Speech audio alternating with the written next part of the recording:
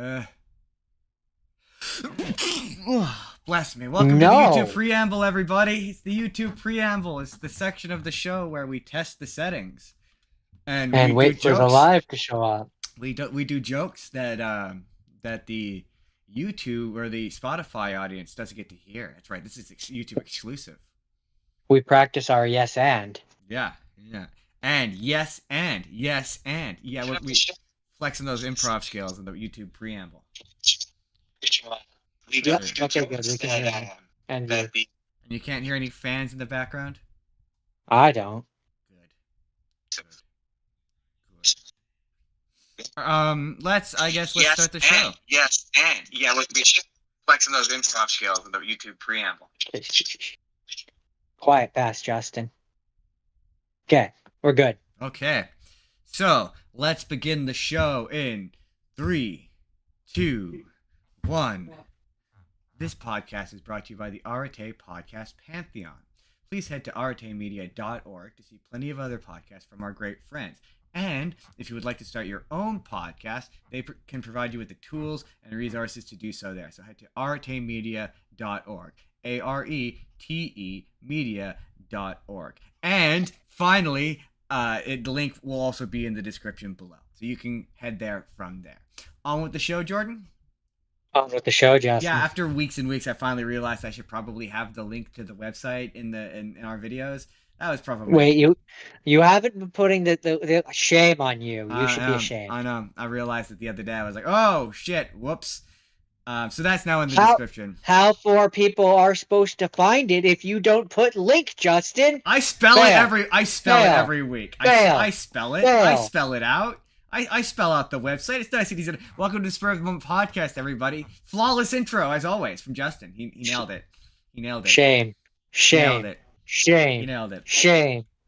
I am, as always, your inscrutable host. I am Justin Spurr, and I am joined, as always, by my co-host, the incomparable Jordan. Everybody, how is Jordan doing today? This week? How is he this week? Jordan's tired this week. Jordan's been doing a lot of overtime, and Jordan is feeling the effects of it. Is Jordan excited for that week off we're gonna have?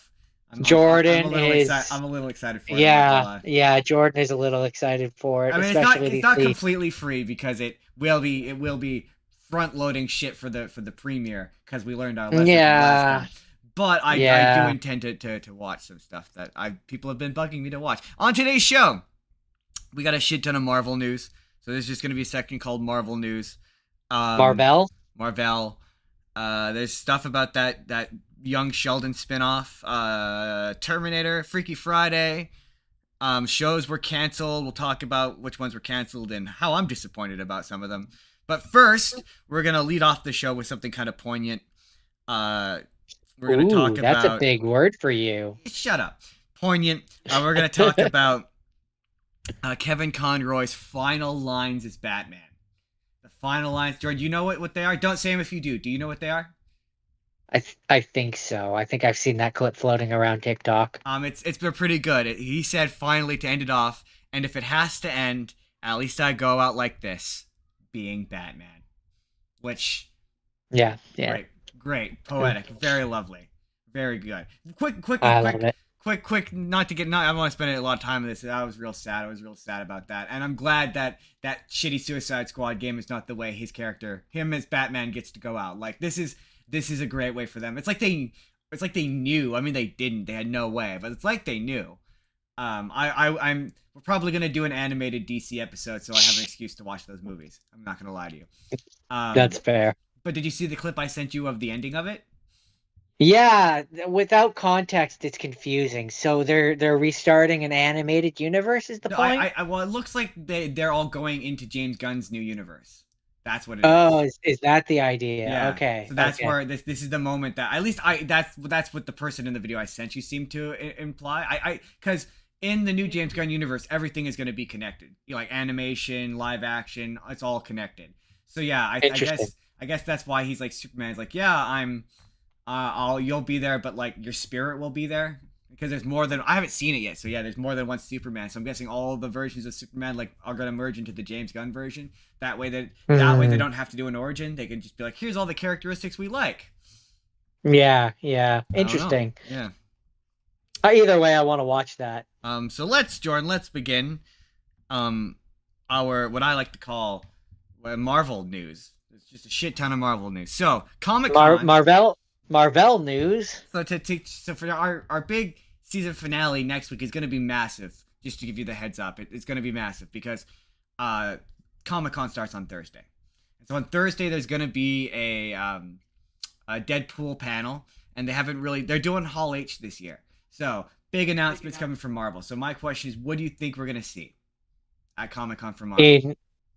I mean, I think they're gonna show us what the big bad of this arc is gonna be. I think they're gonna kind of land on that. I think we're gonna see the Fantastic Four Cast. trailer. I don't think I don't think they've started shooting yet, so I don't think we're gonna see a trailer. But they're gonna bring the whole cast out on They'll stage. bring Definitely, okay, yeah, definitely for then sure. they'll bring the cast. Um, what else is there? Maybe Yeah, Spider-Man news, like the Homecoming, the prequel show. oh yeah, maybe we'll see. Yeah, we might see some TV stuff. Maybe I'm sure they're gonna be pushing the shit that's coming out. So I'm sure we'll see maybe an alternative trailer to the Captain America trailer where we actually see Red Hulk. I wouldn't be surprised. I just don't know what else Yeah. they don't really have anything coming out in the next year. It's all like Avengers stuff. I mean, unless they're gonna come out and like actually, yeah, they're gonna be like, yeah, we're not doing Kang anymore. Here's the new thing, and they like finally announce Maybe they'll announce some more games. maybe. But yeah, maybe they'll finally be like, yeah, no, Doctor Doom. This is our Doctor Doom. Oh no, did they already announce a Doctor Doom? No, I don't think they did. I'm They did. not They announced a sure. Silver Surfer. They announced a Galactus. I don't think they've announced a Doctor Doom yet. So maybe this is the moment they announced Doctor Doom. I don't know. But trucking right along with our Avengers news. Apparently the Russo brothers are in talks to do Avengers 5 and 6. Shockingly, out of nowhere, they're in talks to do D- it. didn't they say they were like done? Yeah. So either they offered them the correct amount of money, or Marvel was like, well, the only ones who managed to make good Marvel movies in the last 10 years were the Russo brothers. So like we gotta roll them out. I mean, either way, that should be fun. I think so. Although I mean, I wanted to see someone different. I wanted to see them do something. As much as I like the Russos and I like all of their Marvel movies, I wanted to see someone try something different.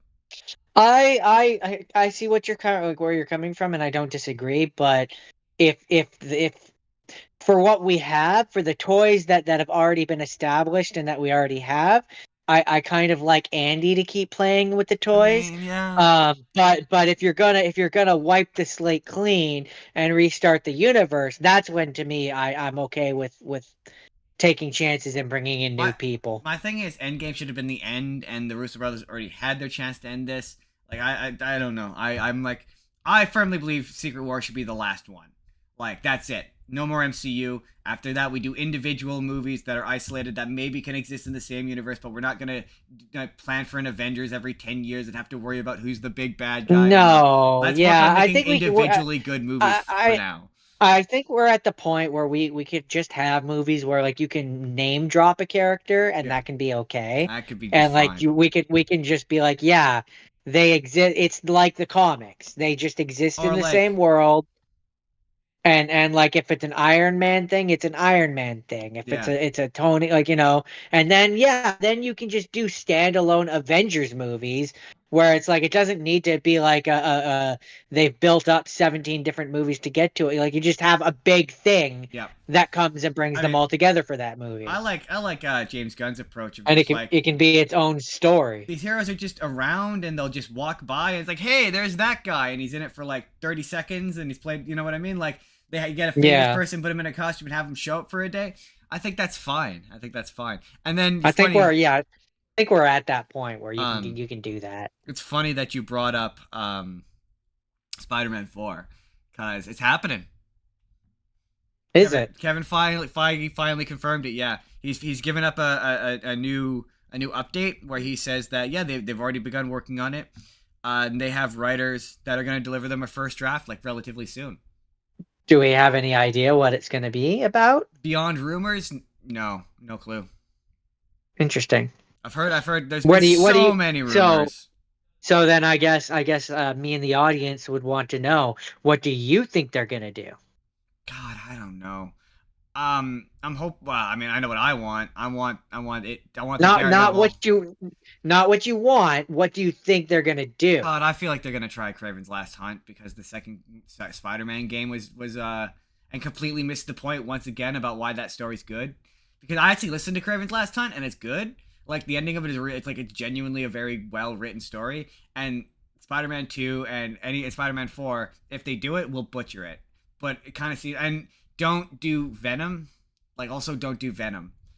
Um, Yeah, unfortunately, or fortunately, depending on your point of view and how you feel about it, I think I wouldn't be surprised if they did a version of, yeah, the Spider-Man 2 game where, because the piece of Venom broke off and exists in that world now. yeah. So to have it be where it ends up on Peter and Craven starts hunting him because of that, yeah, I could absolutely Oh no, see that's them not the going rumor that of what it route. was. The rumor of what it was is Craven kills him like he does in the comic, and then he bursts out of the grave like he does in the comic, and he's wearing the black suit like he is in the comic, but he doesn't earn that. It hasn't earned that. This universe hasn't earned that, so it doesn't work. Um, Um, now let's flip that and say, what would you want them to do? well, what I think they're gonna do, and what I would want them to do, kind of co-aligns, because I think they want to do a Daredevil. Well, okay. It depends on who you talk to. Like Marvel, Kevin Feige, I believe, want to do. It's grounded. It's Daredevil. It's Spider Man. It's a street level story, and it's Daredevil and Spider Man versus Kingpin. That's what I want. I don't want him to get a new suit. I don't want a new upgrade. I don't, and that's one of the rumors is that he's not getting a new suit. He's gonna wear the suit that he has at the end of Homecoming, and that's it. He's not getting a new suit. Because like I think what it could be about really depends. Hold on real quick. Sony wants to do another Andrew and Toby come back, and it's like, no, don't do that. Absolutely don't do that. Bring them back for a Secret Wars or an Avengers or whatever multiverse thing, but don't bring them back for Spider-Man 4. Just have Spider-Man be on his own. No, it kind of undercuts 3 if you do it again Yeah. for 4. Also, don't bring back Zendaya, and don't bring back Mary Jane. Don't bring. I keep seeing rumors that they might come back. No, don't bring them back. It completely undercuts the point of the last movie. Like, do at No, least one movie where they're not there. I would say give him either a not Gwen, but a Gwen. No, don't introduce a new love No, interest. Don't no, introduce yes, a new you love do. interest. Absolutely No, not. yes, you do. Yes, you do. No I love disagree. interest. I disagree with that. Absolutely no, because that's so tired. No. Spider-Man doesn't always have it. it. Yes, he does. He always has someone. No, he doesn't. Not always, and Yes, he does. No, not always. He doesn't. He's Yes, not always. he does. There's sections of the Spider-Man comics where he's single, and he's not. Like, he goes on dates or whatever, but he's not like there's not like a main love interest. Like no, just have a movie where he's just on his own. There's no girl. Maybe there's a new best friend character or whatever, but there's no like he can have platonic female like relationship. He doesn't need to have. I don't agree with that. We didn't just get but rid anyway, of Mary Jane. what I was gonna Well, hold on. what I was gonna say. My point. We did just get rid of Mary Jane to try and like do their version of Gwen Stacy. No. Boo, yuck, gross. I mean, no, that's exactly why they did. The thing about girls in these movies, unfortunately, is they are essentially like Barbie's clothes, where they give them a different partner so they can just have a new actress. Do a buddy. That's all that Mary Jane is in these movies, and it would absolutely bring her in. Do a buddy team up movie where it's Spider and I think looking to the future, I think that Wolverine and Deadpool will like. Hello there, short C19HXE. I'm not sure who if we know who that is, but hello.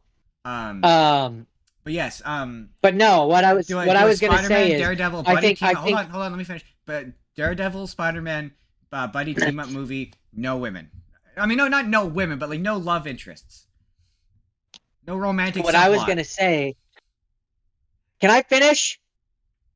What I was gonna say is, I think what the movie is about and who is in it largely depends on when it takes place in the timeline. So, like for example, if Fantastic Four comes out first and they introduce Johnny Storm, I want Johnny Storm and Peter and Spider-Man together. I mean, that'd be I fun. want I That'd be want fun.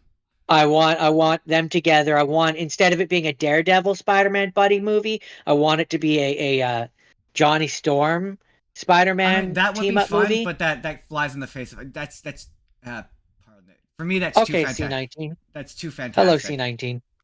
Um, Um, that's too but no, it fantastic depends for on me. when it depends on when it takes place in the timeline. If it takes place after Secret War, after they've met, like all the heroes have met, and that's how Spider-Man meets these other characters, then there's a lot more possibilities for Oh what you no, can see, do with the I don't story. want Then any. then then if it's then if it's be like if they have it take place before Secret Wars and it's just him in the streets kind of thing. Like it's just what the movie is gonna be is gonna really depend on when it takes Um, place. I don't think, to be fair, I don't think Spider-Man 4.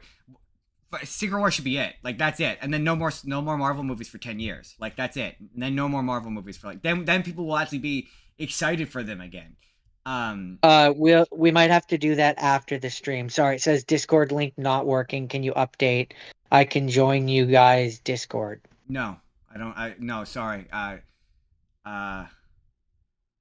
Hello, later. We'll do it later. Later. Justin. Yeah, I'm here. Jordan, Hello, hello. are you there? I'm here. Okay. Yeah, Later. no, we'll have to do that later. We'll have to do that later.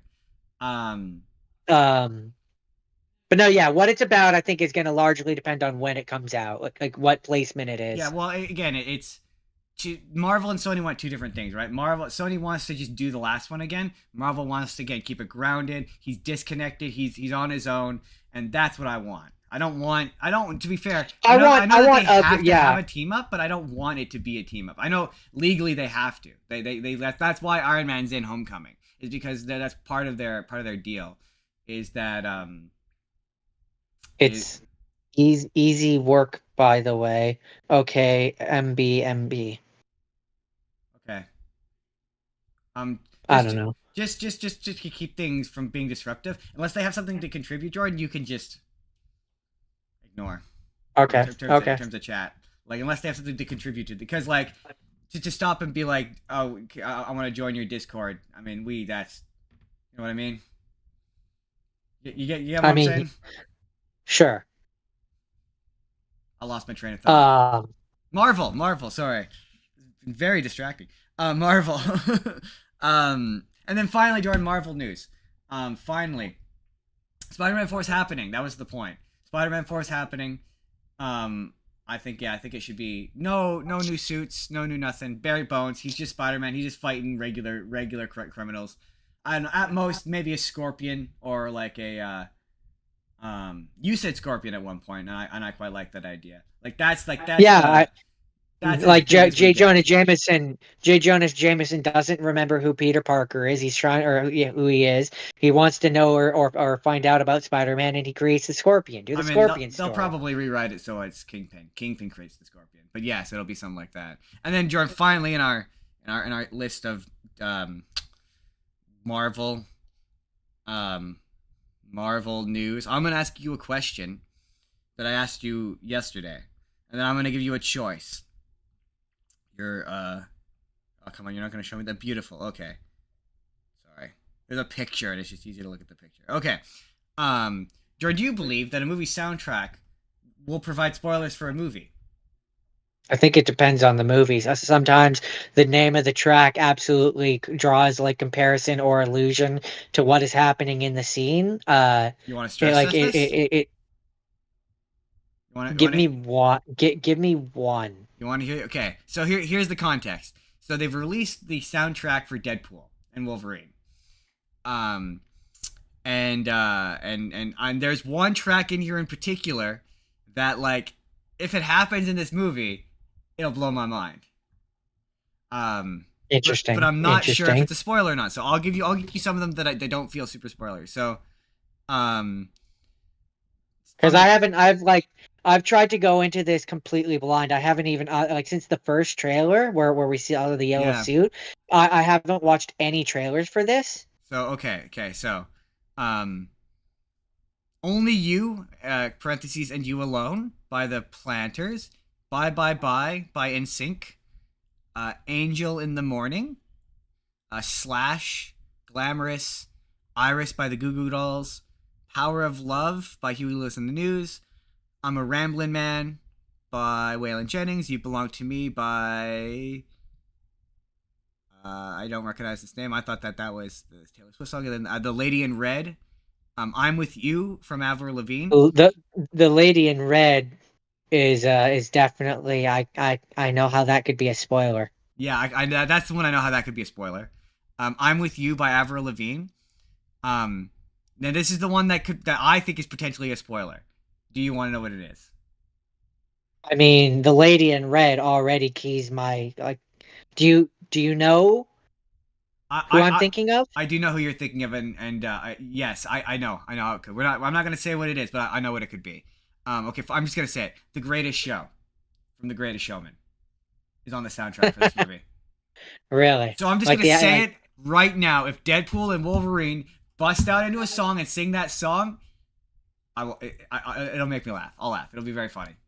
Well, I mean, you don't have Hugh Jackman in there and not have like in the previous movies he already references Hugh Jackman. Right? So like when you actually have him, if they have the movie rights to that, then yeah, I could absolutely see them having some fun with that. The rest of these don't really interest me.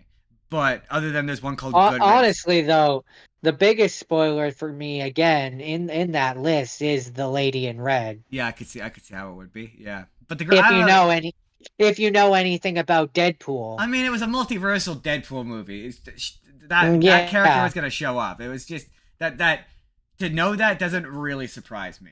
Maybe it doesn't surprise me, but it is if you I haven't seen the movie and now I can be pretty sure that character is going to show up. That is technically by the definition a spoiler. In some capacity, yeah, you know that they're going to show up, but also you don't know how they're going to show up. And also, to be fair, it might not be a reference to that character. You don't know.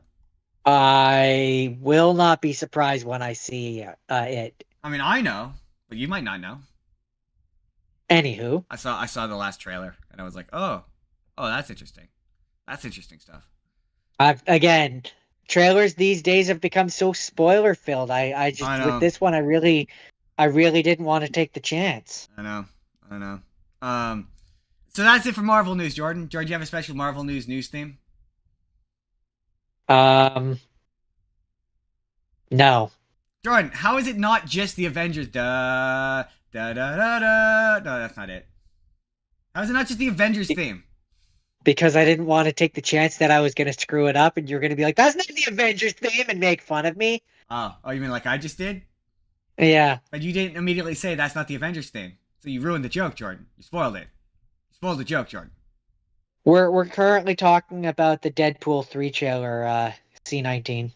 Yes, yes, but we're about to move on to our next topic, which is that Big Bang Theory spinoff, the Georgie and Mandy's first marriage. And Jordan, remember how we asked the question, how many of the young Sheldon characters were going to come back? Yeah, all of them but young Sheldon. It turns out. Oh, and the dad. All of them but young Sheldon. I mean, the dad can't come back. So he could come back. He could be a ghost. They could be like, ooh, spooky ghost dad. It's Ghost Dad, Ghost Dad. The actor just like burst out of another room and be like, Ghost Dad, Ghost Dad. Like they could do Ghost Dad. Blah blah. He could come back for a Halloween episode where Ghost Dad's just there, giving. I mean, Georgie advice. I don't think it's that kind of show. It could be that kind of show. I mean, it's a multi-camera sitcom, so it could be that kind of show.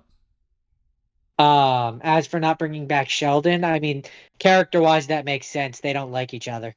Kind of, but also like they also. I mean, he could theoretically guest star. I guess do occasional guest spots where he comes back for like Christmas or whatever. Yeah, they could. They're not coming back as permanent. It's weird because, her parents are there as like I think main cast members, but it was Mima, the mom, and the sister. I think are the ones who are there. And it says they're just guest stars, which was confusing because I'm like, but they're there. Like he still lives with them, does he not? By the end of that show? I'm guessing that they'll have them. I'm guessing within the first like 10, 15 minutes of the first episode, they'll move out somewhere. I'm guessing, yeah, clearly. Somewhere close where the characters can like pop in every once in a while, but not have to be on Yeah, the show consistently. Yeah, yeah, probably. You're yeah, probably right.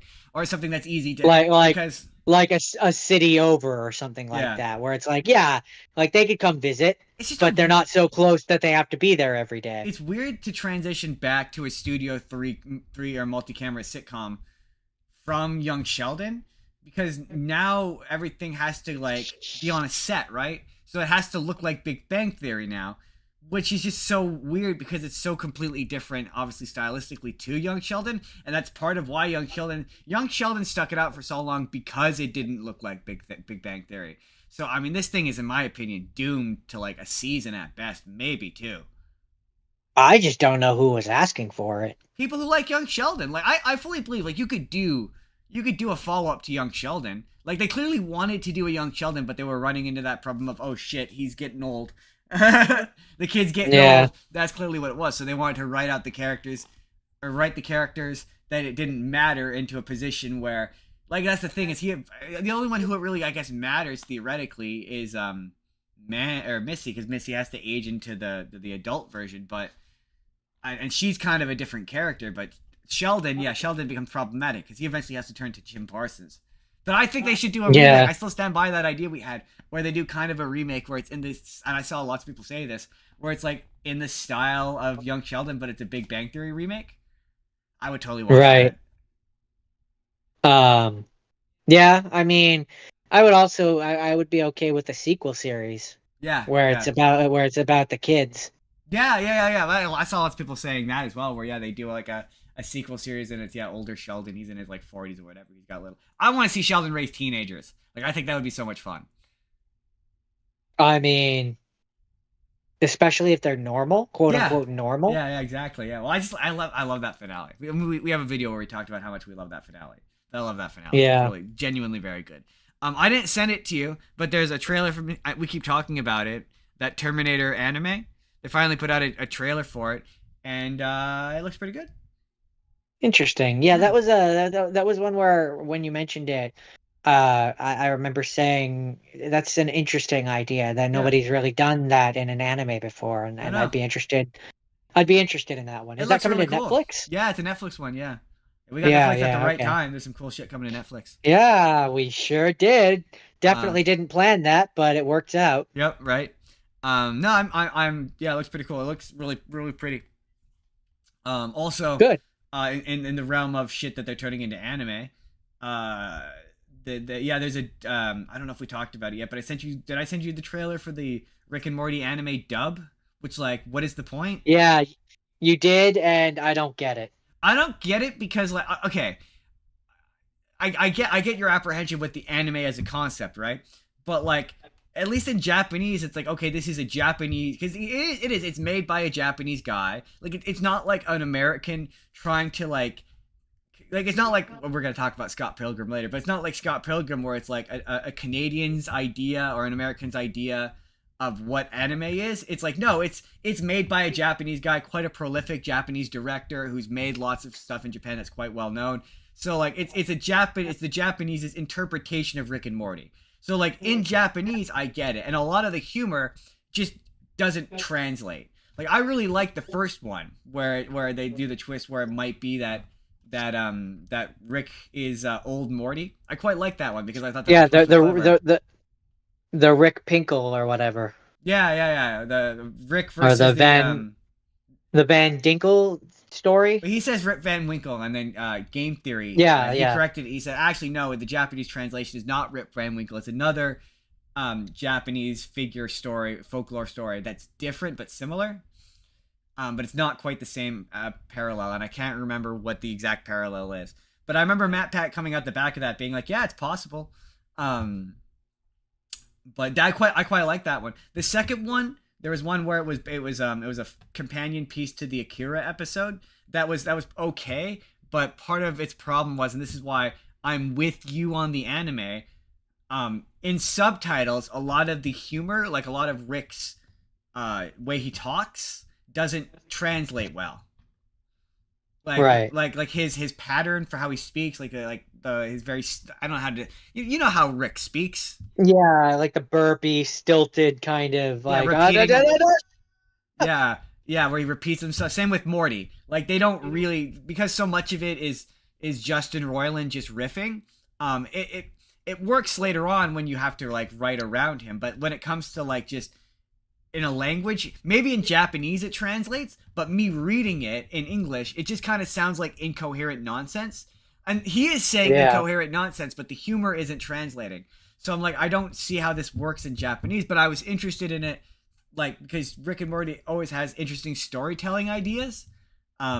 So and like I know that um, the premise of it involves Rick's fighting each other again, and that's when Rick and Morty is like when it's Rick's interacting with Rick's, like that's when it's at its most interesting in my opinion. So anyway, that got really far away from the point of the dub doesn't make any sense to me because it's like you've taken Rick and Morty, translated into it's like those videos where you take a song, uh, put it into Google Translate, and then take it back and put it back into English again. That was weird. What's that? I just it went to the Discord symbol. Your sound started coming out of my phone again, and my headphones turned off, and then it just went back to working. That is weird. Today's been a weird day. Anyway, but yeah, it reminds me of that where it's like they've taken Rick and Morty, put it into Japanese, and then taken the Japanese and put it back into English. So Yeah, it's yeah. weird. It just I mean I understood the short doing a short because it's like oh hey funny it's Rick and Morty but it's an anime and it's like it's a one-off thing and it's a joke and it's like it's for the weirdness of it but then to take that idea and make an entire show of it I just don't get it. Oh, I see, when don't I get the first saw that first appeal. show, I was like, I would watch a whole show of this. For me, that's not the part. No. That's not the part of it. For me, it appeals to me because I like different explore because we had talked about earlier. Oh, what would be a fun anime? And I'm like, yeah, Japan is just weird enough that Rick and Morty suits them. Sorry. So like, it's for me. If it's for no one else, it's for me. But taking it, I saw a lot of people in the comments of that trailer being like, it's weird that they did a dub. Like, who's the dub for? Because anyone who's gonna watch this, I mean, other than for me, who's lazy and doesn't want to read subtitles, but like, generally as an audience, as a They want the original Japanese. demographic, like yeah, weebs and guys who like watch anime typically are subs over dubs. So like, who is this dub for? I'm still gonna watch it because I'm fascinated, but that's so bizarre to me. And then yeah, the trailer for, in contrast to that, they released, I don't know if it was a trailer, but I sent you a clip of it, a snippet of that Suicide Squad anime, the dub, and I'm like, I'm into that. I'd much rather watch that dubbed. Yeah, no, that looks like fun, and I remember you sent that to me, and I said this last week when we talked about it, that it's piqued my interest. Yeah, it It definitely is that they get works. transported to a magical world, though. That's definitely because in the clip I sent Yeah, you, Clayface is like, "Ooh, I'm sexy in Japanese now." yeah, So that and looks my very fun. powers are slightly different. My powers are slightly different, and we're gonna probably do a pretty girl transformation at some point for Harley Quinn. There's no way we're not. Yeah, Right? definitely. Right? There's no way we're not. Apparently, I'm just learning this now as we're talking. No, I'm kidding. Breaking No, news. apparently that Halo TV series got canceled. Which my response to it, I saw a lot of people online being like, "Good," but my response to that was still on the air. Like they were still making that show. Wow. There was a Halo show. Oh, you didn't know there was a Halo show? Yeah, people don't like it. It's apparently Okay. it's one of those shows where if you're not a fan of Halo, because my friends, they watched it, and as people who are not familiar with Halo, they quite like the show, but people who like Halo don't like the show, and I'm not a big Halo guy, but I'll put it to you this way, Jordan. Within I want to say the second or third episode, he takes off the helmet. Oh no, that's a no no. Right, and he spends most of the show not wearing the helmet. Like even as a Oh person who's no. not a Halo fan, I know that's a big I no-no. know. No, he doesn't take that helmet off. No, He doesn't. No. Yeah. No. no, No. yeah, I Yeah. know. He does not take the helmet off. That's the thing. Apparently, That's kind of. I That's said kind of the like, point. way to like miss the like way to not give away what is under the helmet for 30 years just to do it in the show. But a mutual friend of ours, he pointed out that he has taken off the helmet in the games before, but I'm like, yeah, but I'm pretty sure you've never actually seen his face. I don't think you've ever actually seen his face. I don't know enough about Halo to feel qualified to speak on this, but I've never no, not really. I read a bit about it because I was curious. I'm like, is there some sort of like lore to this that's interesting? No, not really. I've only ever really played the first 3. Played the first. Oh yeah, with a friend. Yeah, I've beaten the first one, and that's it. Like I've beaten the first 3 with him. Yeah. I beat the first one because we had it on PC at one point, and it's fun. Yes, we did. It's a genuinely a fun game, and it's quite fun on PC. I don't own an Xbox, so I haven't played the other ones. No, I mean I have, but I am surprised. The first 3. I am forever, and it's funny. Halo. I'm forever surprised that Halo has still managed to stay on Xbox, and Microsoft hasn't sold it to a third party and put it on another console. That one I'm constantly, and it's funny because Sony tried to have their own Halo. Remember Killzone and how that's basically just the Killzone guy is basically just Master Chief. Even though I think they're technically the bad guys, but they put him all over the marketing because they wanted you to think he was Master Chief. No, you don't remember the Killzone guy? No? Not specifically, but I'm not a big. I'm not a big first-person shooter guy. The only reason why I know of the Killzone guy is because of that. Isn't he the one with the red eyes? Yeah. He was in. I think he was in that PlayStation Smash Brothers ripoff. Probably. That's why I only know. That's why I know of him as his own entity. Is because of that game. Anyway. In Freaky Friday 2 news, which I still can't believe is happening. Freaky Friday, man. We talked about we were theorizing whether or not the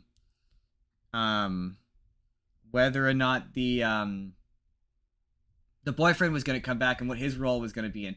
I pulled up an article which said he's in it. Apparently he's on set. They've seen him on set. He's in it. I don't know how he's going to play into the story or how it's going to tie back into him, but he's in it.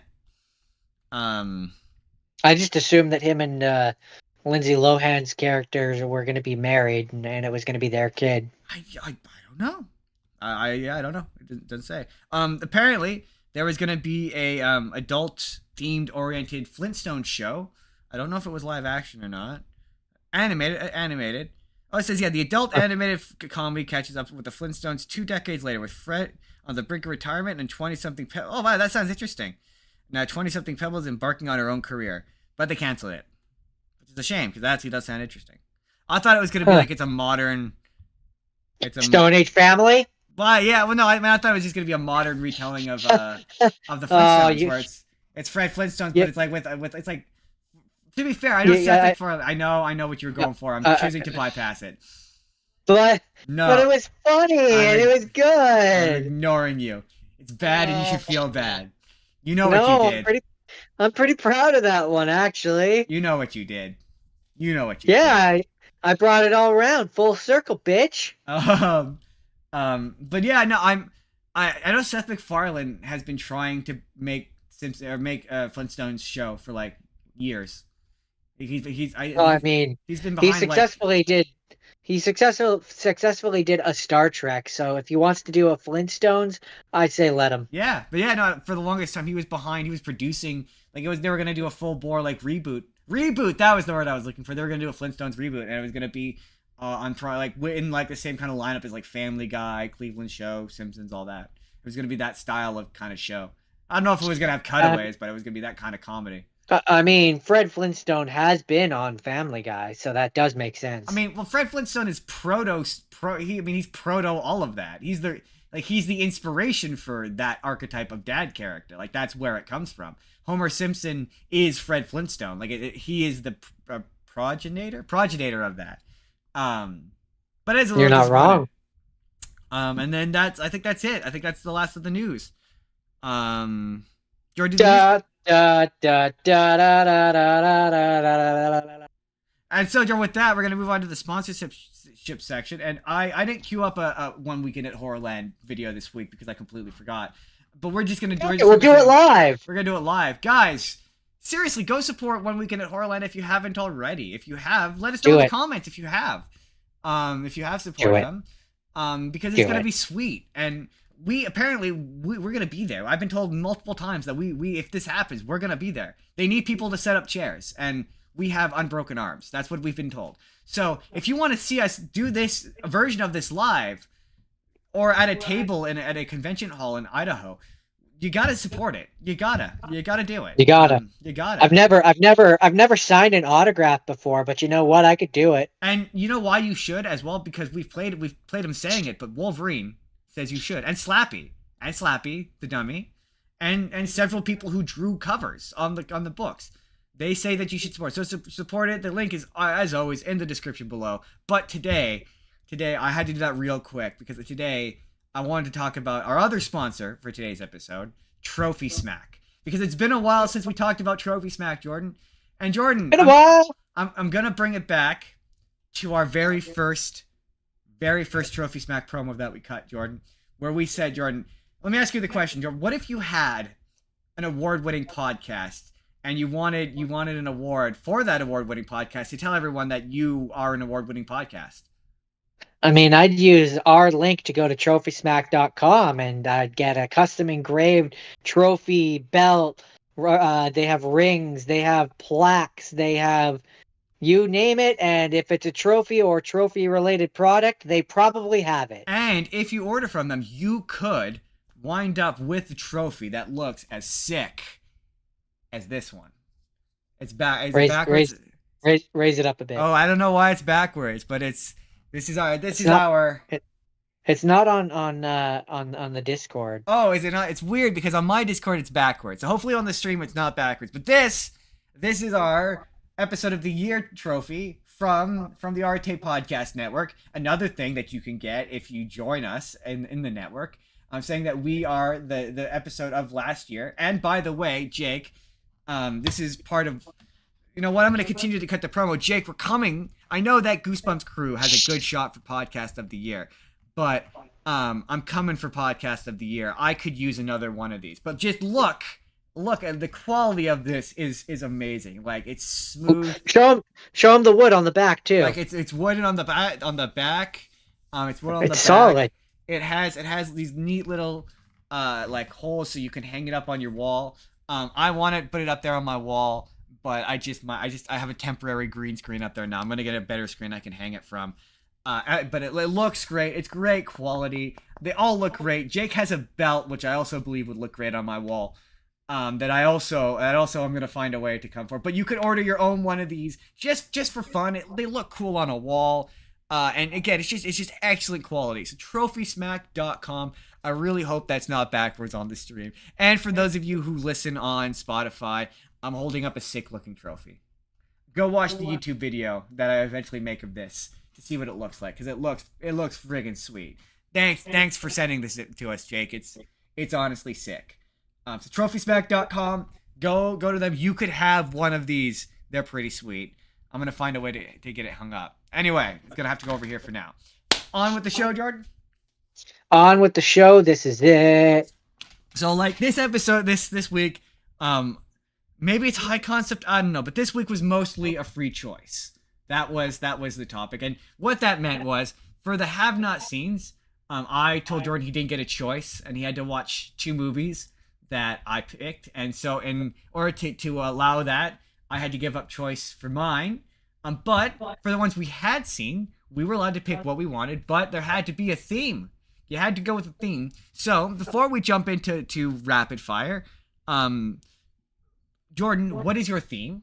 What is your theme? I don't know why I ended that same question like that. My theme is based on a book. So all of my movies were once books. And so my theme was, these are all movies that we have with the exception of one rapid fire, but for all the ones I selected, they are all movies that we have reviewed in the past or have talked about on camera in the past, because I had such fun making Jordan guess which ones, or guess what he thought of it. And so that's going to be the game today. Jordan, you are going to be tasked with trying to figure out what you said about this movie. But the key is, Jordan, because some of these you've seen, again. I realized, sorry, I actually have 4. I have 4 rapid fires. That's fine. You're going to have to guess what you thought of it when you saw it. Okay. This But will be not what you think interesting. now, not what you think now, but what you thought when you saw it, and then we'll go into if you have any thoughts about it now, and we're gonna see how they have changed. So with that, If I even remember. if you indeed even remember, that will also be part of this game. Do you remember what you thought about it? Do you remember the video? Do you remember what we did in the video? Said in the video. That's today's game. For the report. So let's start off with rapid fire, Jordan. What is your first rapid fire? Rapid fire. My first, I only have 3 rapid fires this week. My first one is Holes, Disney's Holes with Shia LaBeouf. Disney's holes with Shia Um, LaBeouf. Tired of this, um, Grandpa. it's too bad. You keep digging. It's a shame. It's a shame that that completely peaked out and no one will hear that because I can hear it from the other room, and let me tell you, audience at home, solid impression. I like the movie. I like the book. I don't remember. The book. It's been a while since I've read the book Been a while. itself, but I remember it being a fairly faithful adaptation. Here's what I will say to that. I don't remember. I remember feeling a particular way about it when I first saw it when I was like 13 or 12. I from what I recall, I should have even read the Wikipedia article on the book. But from what I recall, I think the movie sanitizes the book quite a bit. From what I from and people are free to correct me on this one, but I'm pretty sure the movie, because it's Disney bought the rights to it, so I'm pretty sure they like sand down a lot of the like racial implications of all involved in that one. The fact that I mean, no, it's still pretty bad. They still kill Sam because he's a black man kissing a white woman. So yeah, but that's because I think they couldn't. That impacts the story. But I mean more to do with like for example, the Mr. Mom or whatever. He's A, much nicer in the book, and B, far more passive aggressive. And I think he's just like straight up racist to Zero. But again, I could be completely misremembering. But I think I don't remember enough about the book to and really say one there's way. more emphasis placed on the fact that like yeah they're all poor disaffected black kids from like a poor neighborhood. Like I know there's a companion novel about, I want to say, X-Ray, either X-Ray or Armpit, one of the two, and it's from their perspective. All I know is that in terms of a movie, a kid's movie in particular, it's one that I remember watching when I was a kid, and I remember enjoying it I definitely and remember really liking it. liking it. I mean, the soundtrack is And great. The I soundtrack is was good. gonna say I love the soundtrack. There's so many Soundtrack is so songs good. on there that I just really dig to this day. I do remember that being like Shia LaBeouf. I mean, to be fair, they do some clever like filmmaking, like forced perspective stuff, but to like make him look bigger. But yeah, Shia LaBeouf is too small to be Caveman. That's why he's I called mean, Caveman. He's Caveman because he's huge. That's where the nickname's supposed to come from. he's still in his even Stevens phase where Yeah, he's a little he's a thin little guy. I think Um, I think this is like just after like even Stevens is over. So it's like yeah, if still in that I era. honestly I'm not sure. It might even be like when it's still doing it for all I know. Um, Um, but I don't have much more to say about it. It's a fun movie, and I really like the soundtrack. fair enough. Fair enough. And I gotta say, I also think this movie is part of why every time I went to the beach as a kid, I used to dig holes. No, you know Like what? Well, I mean, I think this movie really made me like digging well, I can say that the reason or the why, book. yeah, maybe. I mean, I've always been a dig holes kind of guy. Like, and I think that just helped. I think that's maybe why we picked it up. This is one of those ones where a lot of those books are like, you get them as novel studies in school, and they just stick with you. This one I read all on Yeah. my own. I don't even know what made me pick it up. I just Because realized. I have vivid memories of like being like going to the beach and like wanting to dig a hole as deep as the one they dug in holes, and it just wasn't possible for like what my age was at the There we time. go. That's better. I'm like, something looks off with my camera this week. Oh, I forgot to put on my light, and I am now being blinded. What else do you have to say about Um, holes, Jordan? that Oh, the other memory I have I about wanna holes, I wanna go dig a hole. my other memory of holes is the song If only the woodpecker sighs. I remember Yeah. trying to figure out the name of that song, the full one, the one that plays at the end of the credits. I remember Yeah. I rewound that little section where the songs are like 1,000 times to try to figure out what the name is of that song, and it was one of those ones that it was written for the movie, and that used to be hard to find. It was like, oh yeah, if it's like a well-known top 40 chart one, it's nice and easy. But oh no, this is written specifically for this movie. Pirating this is gonna be hard. Yeah. Yeah. Um. Anyway, But that's all I have to say about holes. What's your first pick? so before we jump into this week's game, I have to talk about Scott Pilgrim for reasons that will become apparent later. Um, I have to talk about Scott Pilgrim, and it was one of those times. This is one of those moments where watching a movie to enjoy it, and watching a movie that's going to be kind of a theme this week, and watching a movie to criticize it or say something about it are two entirely different experiences. Number one, Scott is a bad person.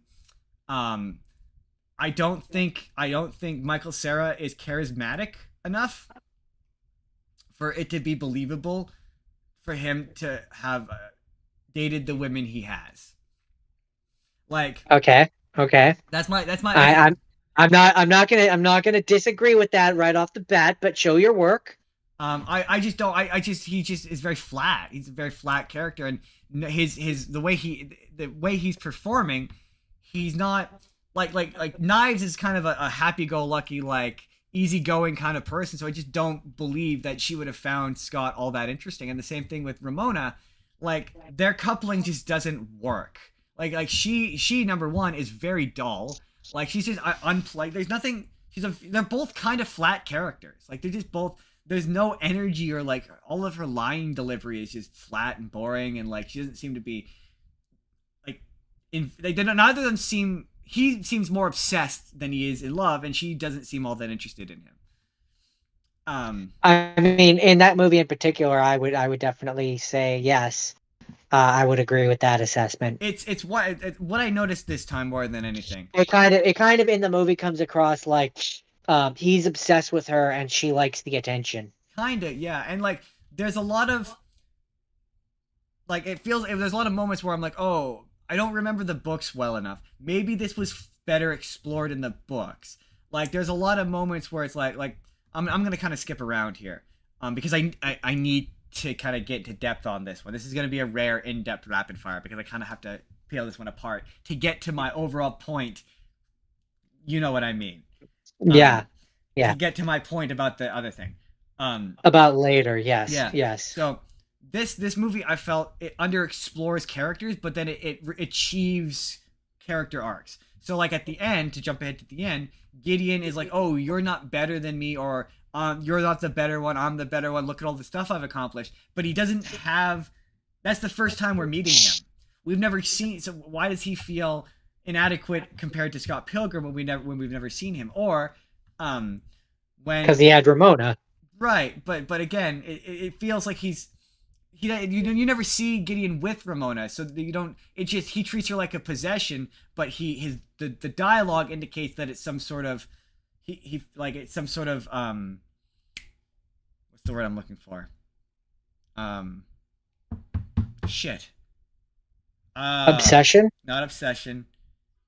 When you're insecure, like it was an insecurity he had, but we've never seen him demonstrate that insecurity before. So that's where I'm like, oh, maybe in the comic books, Gideon is in a few issues, and we really get to know this character. Maybe it's just something that, like, there's a lot of moments where it's like, oh, this feels like this might be a reference to a moment in the comic that I just don't get. Like, the bit where she's getting the tea and she just reads all of the tea for no reason. We have Why does she do that? Like, it feels like it's a bit. It feels like I'm supposed to get this. Like, this is a reference to the comic where she does this exact thing. I'm guessing that in the comics, like she right? she loves tea.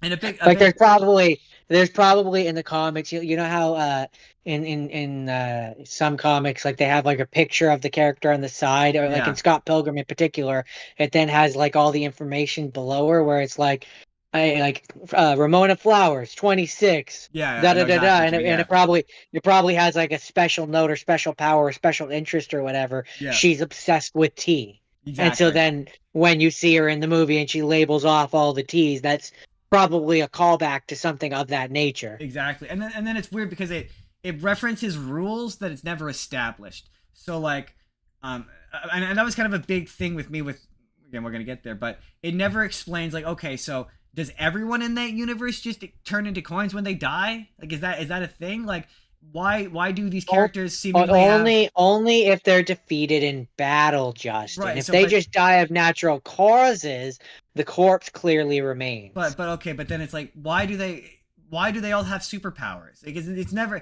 and the only reason why this stuff matters, or you're asking, is because this movie is in the real world. Well, it takes place in live action, so your brain fills in that it's supposed to take place in the real world, right? So you're like, well, wait, so they could just pull out magic swords and hammers and like, and then when he fights the girl X, she's like, oh, he has to beat me. It's official league It's rules, the rules. right? But we've never what rules? What are you talking about? Like, so each The battle is the an rules official league battle. Like, what is an the official rules league of battle?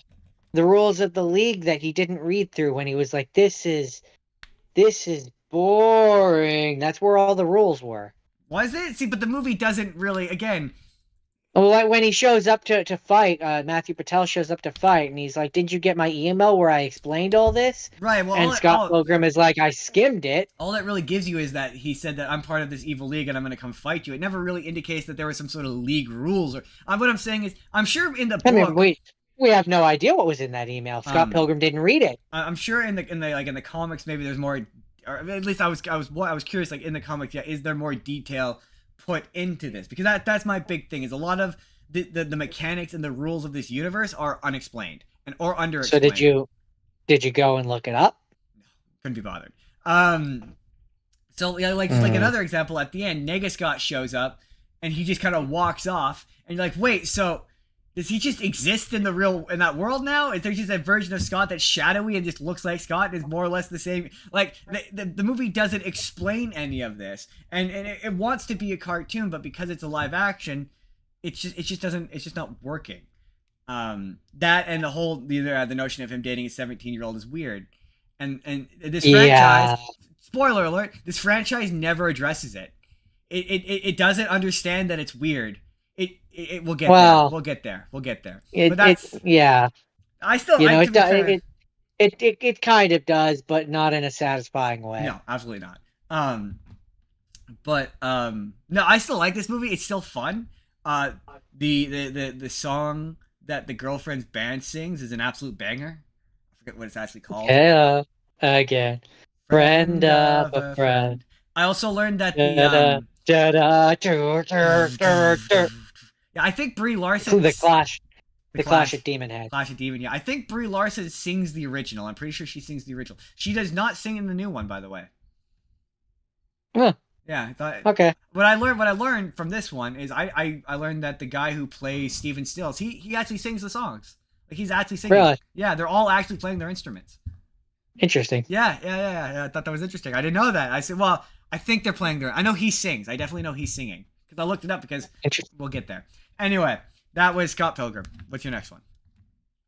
My next one is the BFG, the big friendly giant. That movie was bad to forgettable. I know I've seen it. I don't remember anything about it. I mean, I liked it. I watched the modern one, the new like that. Yeah, I've seen that one. I don't remember it being very. I remember being all right. It's I mean, it's not like anything groundbreaking or anything, but if you like the book and you like the story, it's fairly accurate to the story. I've never read the book. I have. Really? When I was a kid. Oh, I've never read it. I haven't in years. Generally speaking, I did. Don't like Roald Dahl books. They're just not. I didn't like them as a kid. They were really dry for some reason. Then you're not gonna like this pick or the next pick. But anyway, I watched the BFG, which it's cute. There's giants. They eat children. The queen shows up and saves the day. God bless the queen. God bless the queen. The person that plays the BFG or the animation on it or whatever, the entire time I'm watching it, it reminded me of someone, and I could never figure out who it was or place it. but it was driving me crazy the entire time. Um, but yeah, no, I mean, again, it's a children's movie. It's I didn't really plan this to be a theme, but it kind of ended up being a theme for my rapid fire this week. Um, on top of being, based on books. But Roald Dahl has a style, and you either like it or you don't. Pretty And much. in this case, I like this one. Fair. Fair. Not much That's to really say on all I that have one. to say about that. He's a giant who's not really a giant compared to the other giants. He's fairly He's runty. one of the roots. He collects dreams. He's a giant. Fair. I don't have strong feelings about Big Friendly Giant. That's all I got. He's just a giant, All right. Okay, Jordan. and he's big, and he's friendly, and I mean big is relative, compared to the small child that he rescues and everything. He's a giant, but compared to the other giants, he's really not that much of a giant. So really, it just depends on your perspective. Okay. Also, there's fart jokes. I mean, yeah. Yeah, that's fair. That's all you had to say about the Big Friendly Giant, Jordan? I do think it's funny that in it, the drink that he brings from the giant country that makes them fart with the bubbles that go down, and like they keep commenting on how our bubbles go up, and you can actually get a drink where the bubbles do go down, and I think it has nitrous in it Huh. or something like that. I remember my dad showing me videos Huh. that had that, like it had that in it. It had some kind of gas in it, and you had some kind of gas to it. It was a beer, I believe it was, that they made Huh. where the bubbles go down instead of Interesting. up, and I Interesting. think it was green. Interesting. Um, Now I'm gonna after this, I'm gonna go and look up, see if I can find a video of that to show you. But yeah, no, I seem to remember that being a thing. All right. Well, all right. Anyways, that's the BFG. That is indeed the BFG. So, Jordan, we begin our game, Jordan. We begin our game with our very first rapid fire of the ones we have reviewed in the past. Okay, so I've seen this, You have absolutely seen this movie. and I've Jordan's spoken on this. absolutely you have. Well, spoken on it is relative, but you've definitely seen it. It's called State of Play, Okay, Jordan. Would you like to take a guess, Jordan, what you thought of this movie? give me the summary of it first. So, okay, Russell Crowe, he's a newspaper guy, and Ben Affleck, he's a congressman, and Ben Affleck is investigating a defense contractor mercenary group with one of his committees, and his lead researcher gets killed. And oh no, it turns out Ben Affleck was sleeping with her, and there's a whole conspiracy involving who killed the girlfriend. It sure. Okay, let's do it this Okay, way. okay. I'm ready to make my guess on what my thoughts might have been. Got it. Um, I'm guessing my thoughts were, it was fine. I either really did or really didn't like the twist. I can't decide because I don't know what it is. Um, but I either had strong feelings one way or the other about twists because I'm gonna guess I didn't like it because I generally don't like twists in movies, especially back then. Um, but I'm gonna guess that performance-wise, I thought they did okay, and didn't really have strong feelings because that was a lot of my feelings about these movies that you dragged me to back in the day. So, here's a theme with a lot of our early reviews, Jordan. We had a hard well, you had a hard time focusing. And so a lot of them just evolved to me to you doing just like hitting each other, just like a lot. We hit each other a lot. And so many of them we don't really get much of a review out beyond I mean, basically summarizing the thing and clearly that's referencing a why couple we of scenes in it. No actual clearly criticism is made. clearly that's why we doing this podcast are in different rooms, is because then that distraction is not there. I guess I don't know, but I'm gonna spoil it. There is another twist at the end, our comments were on the main big twist, which if you haven't seen this movie, I'm going to spoil it. It's like a 20-year-old movie. Get over yourself. No, I'm kidding. But um yeah, okay. How to do this concisely? So Ben Affleck, senator. Um, who do you think did it, Jordan? There's an evil corporation who's in charge of who wants government spending. Who do you think killed the girl? FBI. Again, you're an evil corporation. There's a girl who's uncovering the evil corporation's secrets. CIA. I mean, it's the evil corporation, Jordan. Don't be stupid. The American government. It's the evil corporation. The President of the United States. And so the twist, Jordan, when he did it, it wasn't a crime. Jordan, the twist turns out that the girl who the senator was Ben Affleck was sleeping with, turns out that she was actually working for the evil corporation, and she was spying on the senator for the evil corporation. And so Ben Affleck finds out that she's spying and sends a former soldier that used to be soldier with him, and he kills her. And it turns out that Ben Affleck killed her the whole time, and we were kind of like, yeah, that's kind of a dumb twist. That was the big thing. It was kind of a dumb twist. It does sound like kind of a dumb twist. It's like, oh, the evil corporation got off scot-free, which no, they don't, because at the end of the movie, Russell Crowe writes the article that basically says that they're the reason why these people died.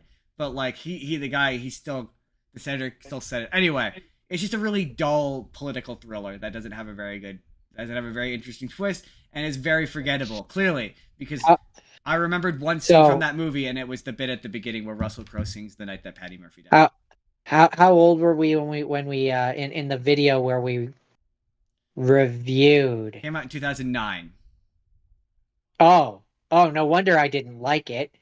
Yeah, there was no way this was gonna hold my interest when I was like, what was 18, 19? 18? Yeah, no, there was no 18? way. I know. I was just surprised. There's no way. Why did we watch this? There's so many, and then there's one bit where I whisper something into your ear. I don't know what I said, but you go, oh, and I don't even know what I said. I don't know what possessed it. Beyond just needing something to watch because we were doing a show. I don't know what. Surely there had to be something we had. It's funny. It was like when we used to do that show. It would be like, yeah, maybe watch something you'll have something to say about instead of just watching anything. Right. We've sort of learned that over the years. Yeah. There's an episode where we watched Jackass, where we talked about Jackass for exactly 2 minutes because we're like, what do you say about Jackass?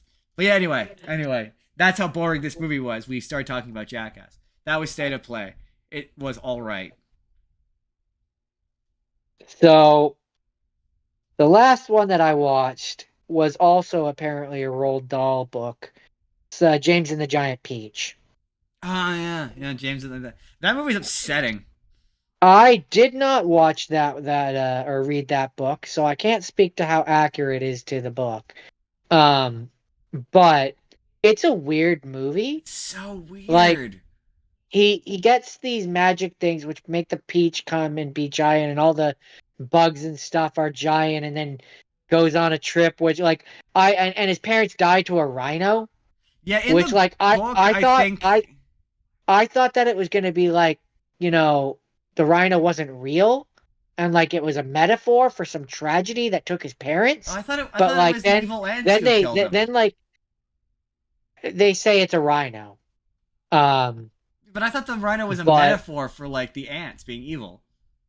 I mean, if it is, then in the movie they don't really implicitly say that. Oh. It's just a rhino. And when they get to New York, there's the clouds which are coming after them, which take the shape of a rhino, and he's like, "Oh, yes," in his British accent because he's British. And I thought it was going to be because it's been years since I had seen this, and I honestly didn't remember pretty much anything about it. And I thought it was going to be the bugs weren't actually giant or real. No, you see them at the end. It was just.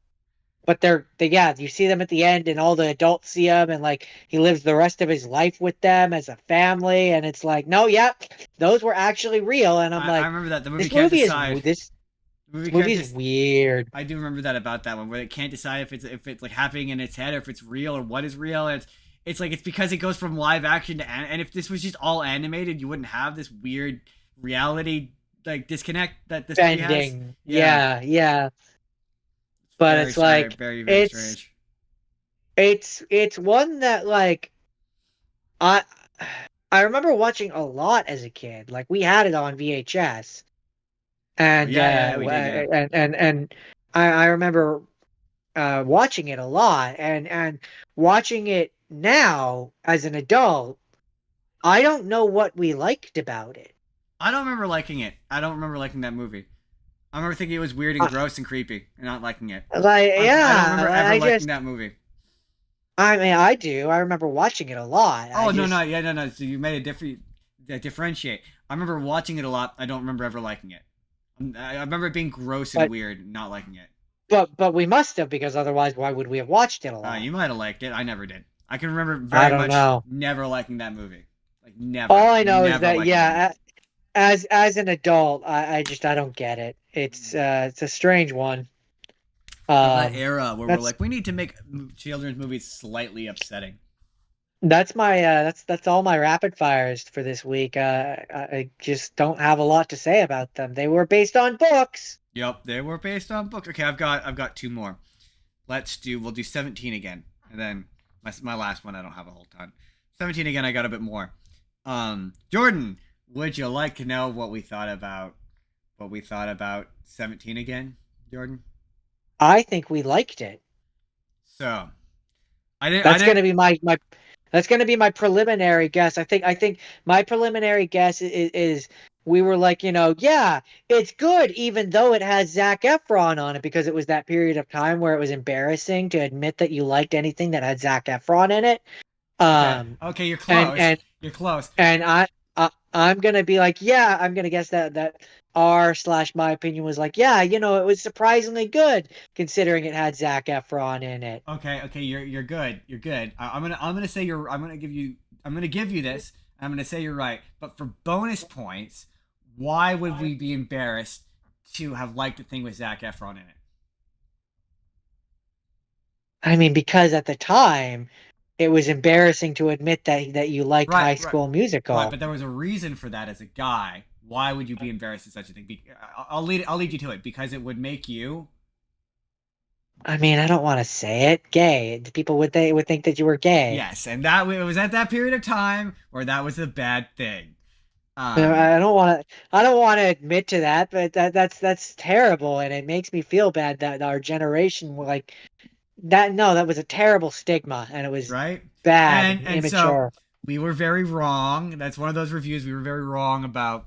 And we said, yeah, we showed up for Matthew. It was very ironic. We're like, we showed up for Matthew Perry, not for Zac Efron. And Zac Efron's pretty good in this movie. He does not approximate Matthew Perry very well. I know we used to say that he does, but he doesn't really. Not like my sort I of mean, no, not really, but it's still fun. It's one of those ones where it's like he doesn't, but it's fun to see him try. and like him like what was it when he becomes a teenager, does he just become stupid? Like it's really annoying that he constantly is like, oh yeah, I'm gonna say things that hint that I'm gonna say weird uncomfortable things that only your dad could get away with saying, not some guy you just met yesterday.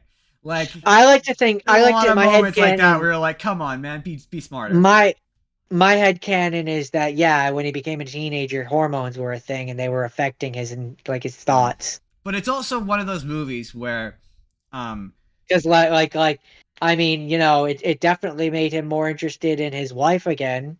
well here's the Wink. thing, right? So this movie comes across as a movie that was this is the fourth or fifth version of this script, and it's been rewritten a few times because there's elements of it that contradict themselves. Like it seems like at one point this movie was about him going back in time because like the whole premise of it, the whole idea of it, the janitor, and the him how he turns into Zac Efron seem to be from a different movie because they never explain what the deal is with the janitor. They don't explain who he is, what he is, where he is, where he comes from. What is he, a ghost? Is he magic? Is he science? What is he? Why? How come he can turn? And it's implied he implies that Matthew Perry is not the first one who he's put through this experience. Like, how is he doing this? It's not so.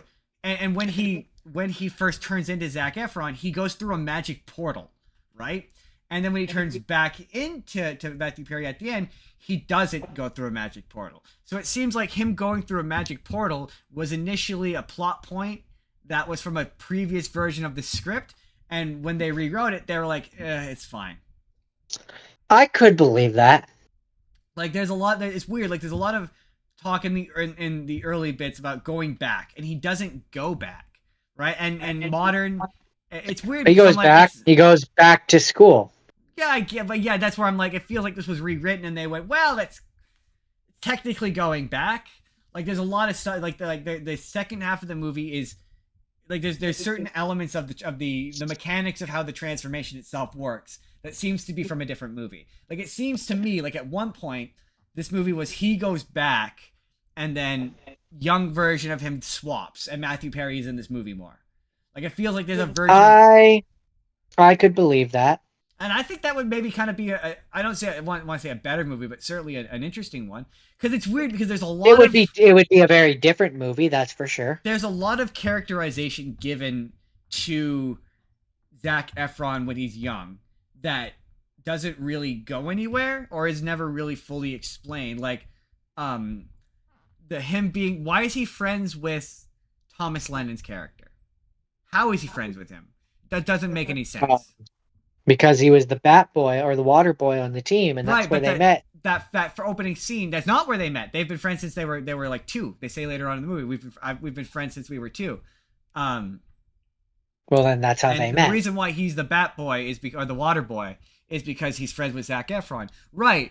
But it feels like there was a version of this movie where we saw that character more. Like, there's a lot of references to this character that feels like it's gonna pay off later that just doesn't. So that's where I'm like, this feels like, again, a second or third draft of a different version of this movie.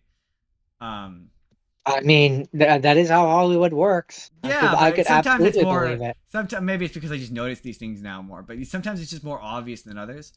Also, I didn't really notice it in this one, quite honestly. I didn't at first, but now that we do this and I watch these movies to pick them apart, I did notice it this time. Also, yeah, we didn't give enough credit. All of our shit went to fucking Matthew Perry. We didn't give Zac Efron is really good in this movie. He one of his, in my opinion, the thing that will forever make it go Zac Efron is a good actor, is he's got a monologue in this movie that is kind of incredible. It's that one with the bully and the basketball. With the bully and the basketball, that monologue is phenomenal. Not only because it's just a good monologue, not only because Zac Efron's comedic timing in it is stellar, but the fact that he's doing all of it while manipulating the basketball. I couldn't. I tried to look up to see if I'm guessing he did that. Like, he learned to do that. Well, I mean, I know that I assume. I know that in High School Musical 1, like all the basketball stuff that they did. Yeah, I know. So I've seen an interview. He would probably absolutely have already been capable of doing that. Or certainly he would have enough of a foundation that he could practice to get to be able to do that for one scene. Yeah, I believe he could have. Mm-hmm. But yeah, well, it's one of those things where he might have just, like, again, learned it just for the one scene. But it's still impressive. Like, I don't think like they faked it with CGI or like you can't. There's no way to fake it with a stunt double. I don't think. I honestly don't know. Although I will say, I don't think. Speaking of stunt doubles, there's a really funny bit where they're going to the court. And they're driving in Thomas Lennon's car, and it's clearly a stunt driver because they're weaving in and out of traffic, and it's like, yeah, neither Zac Efron or Thomas Lennon are in that car. Fair enough. But lastly, and then I'll real quickly do Ghost of Girlfriend's Past. Funny. I think I remember that one. A funny bit. The funniest thing about that movie for me is how Thomas Lennon's character, he shows up at the beginning of the movie and he's like tiny and small and like nerdy, and he's like, he's wearing a wizard's robe or something, and him as an adult, he's a super nerd or whatever. And I love the implication that he not so much implication, but he became successful. Like, he's super rich, he's super wealthy, he owns the mansion, and Zac Efron, who is the high school basketball star and is the popular guy in high school, doesn't. And I think that's kind of interesting. Of like, yeah, those guys typically they don't go places. Like when he's like, yeah, Yeah, he the peaked. yeah, and that's where I'm like, it feels like there's like there's a bit where he's like, oh, I get Stan, I was Stan. Kind of that's kind of but they seem to be implying that, Yeah, but it feels but like he there might have wasn't. been like a scene or two where where like you had more of him as a young man instead of having, for example, him be at the party with Yeah, his daughter. yeah, that was weird. But yeah, like that's my thing is like it's implied like he wasn't like Zac Efron's character at the beginning of that movie is just he's just super nice. He's just a super nice kid. Yeah, but he was also on the basketball team, so he definitely knew someone like him.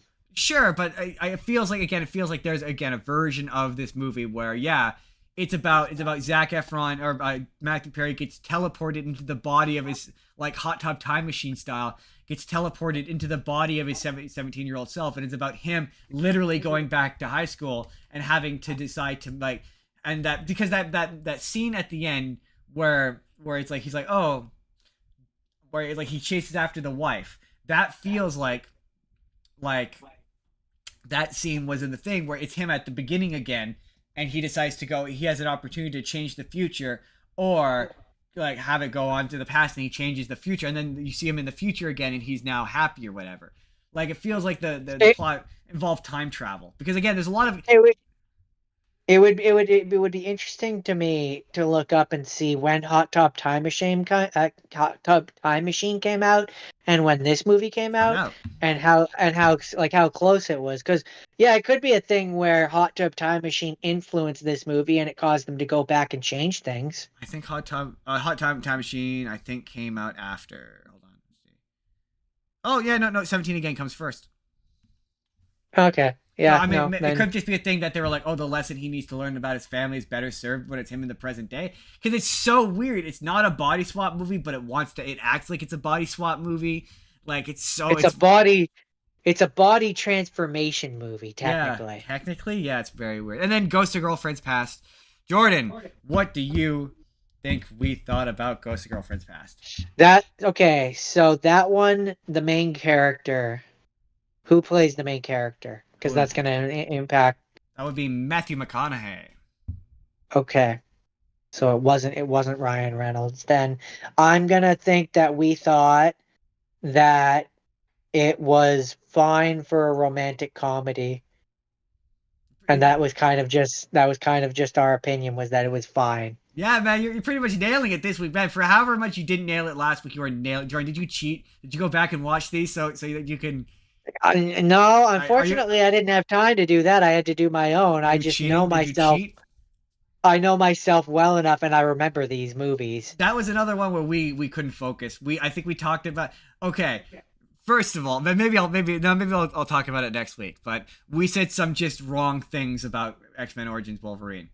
They're just not even like that was our no, they were just wrong. We were wrong. We said very incorrect things. Like it was a good movie. We were wrong. Sorry. We were young. We were Did naive.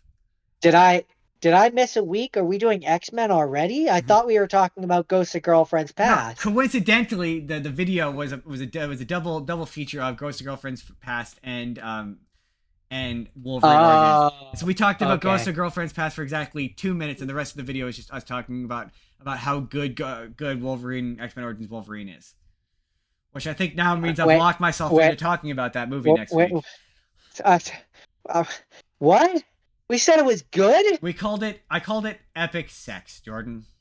I mean epicness. That was the joke I used. Am I gonna have to? I'm watching X-Men Wolverine Origins for next week now, aren't I? Oh, one of us has to, that's for sure. I guess I am. But anyway, on to Ghost Girlfriend's Past. Yes, we very Uh, much said that it was it was a pretty by the number. Well, we didn't use the word by the numbers romantic comedy, but it's a fairly by the numbers romantic comedy. It's fine. We referenced one scene which was funny, which is it's true. There's like one scene which is kind of funny where he like knocks over the cake accidentally for some reason, and he's trying to like put the cake back up. It's pretty funny. Michael Douglas is all right in it. I will commend it for attempting to take a story idea like a Christmas Carol and doing something different with it. Remarkably, it has nothing to do with Christmas. I think it came around during Christmas, which is why we thought it did, but it absolutely has nothing to do with Christmas. Um, Interesting. and it is otherwise fine.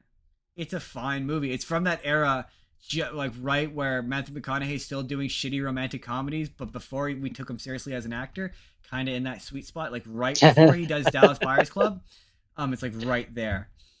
So yeah, it's just, Yeah, it's one of those ones where it's like I remember us watching it, and I just if it's the one I'm thinking of, I just remember thinking it's it was fine, very much another one of nothing those. We watched it special. for content, kind of movies. There's a lot of these where we just kind of watch them for content.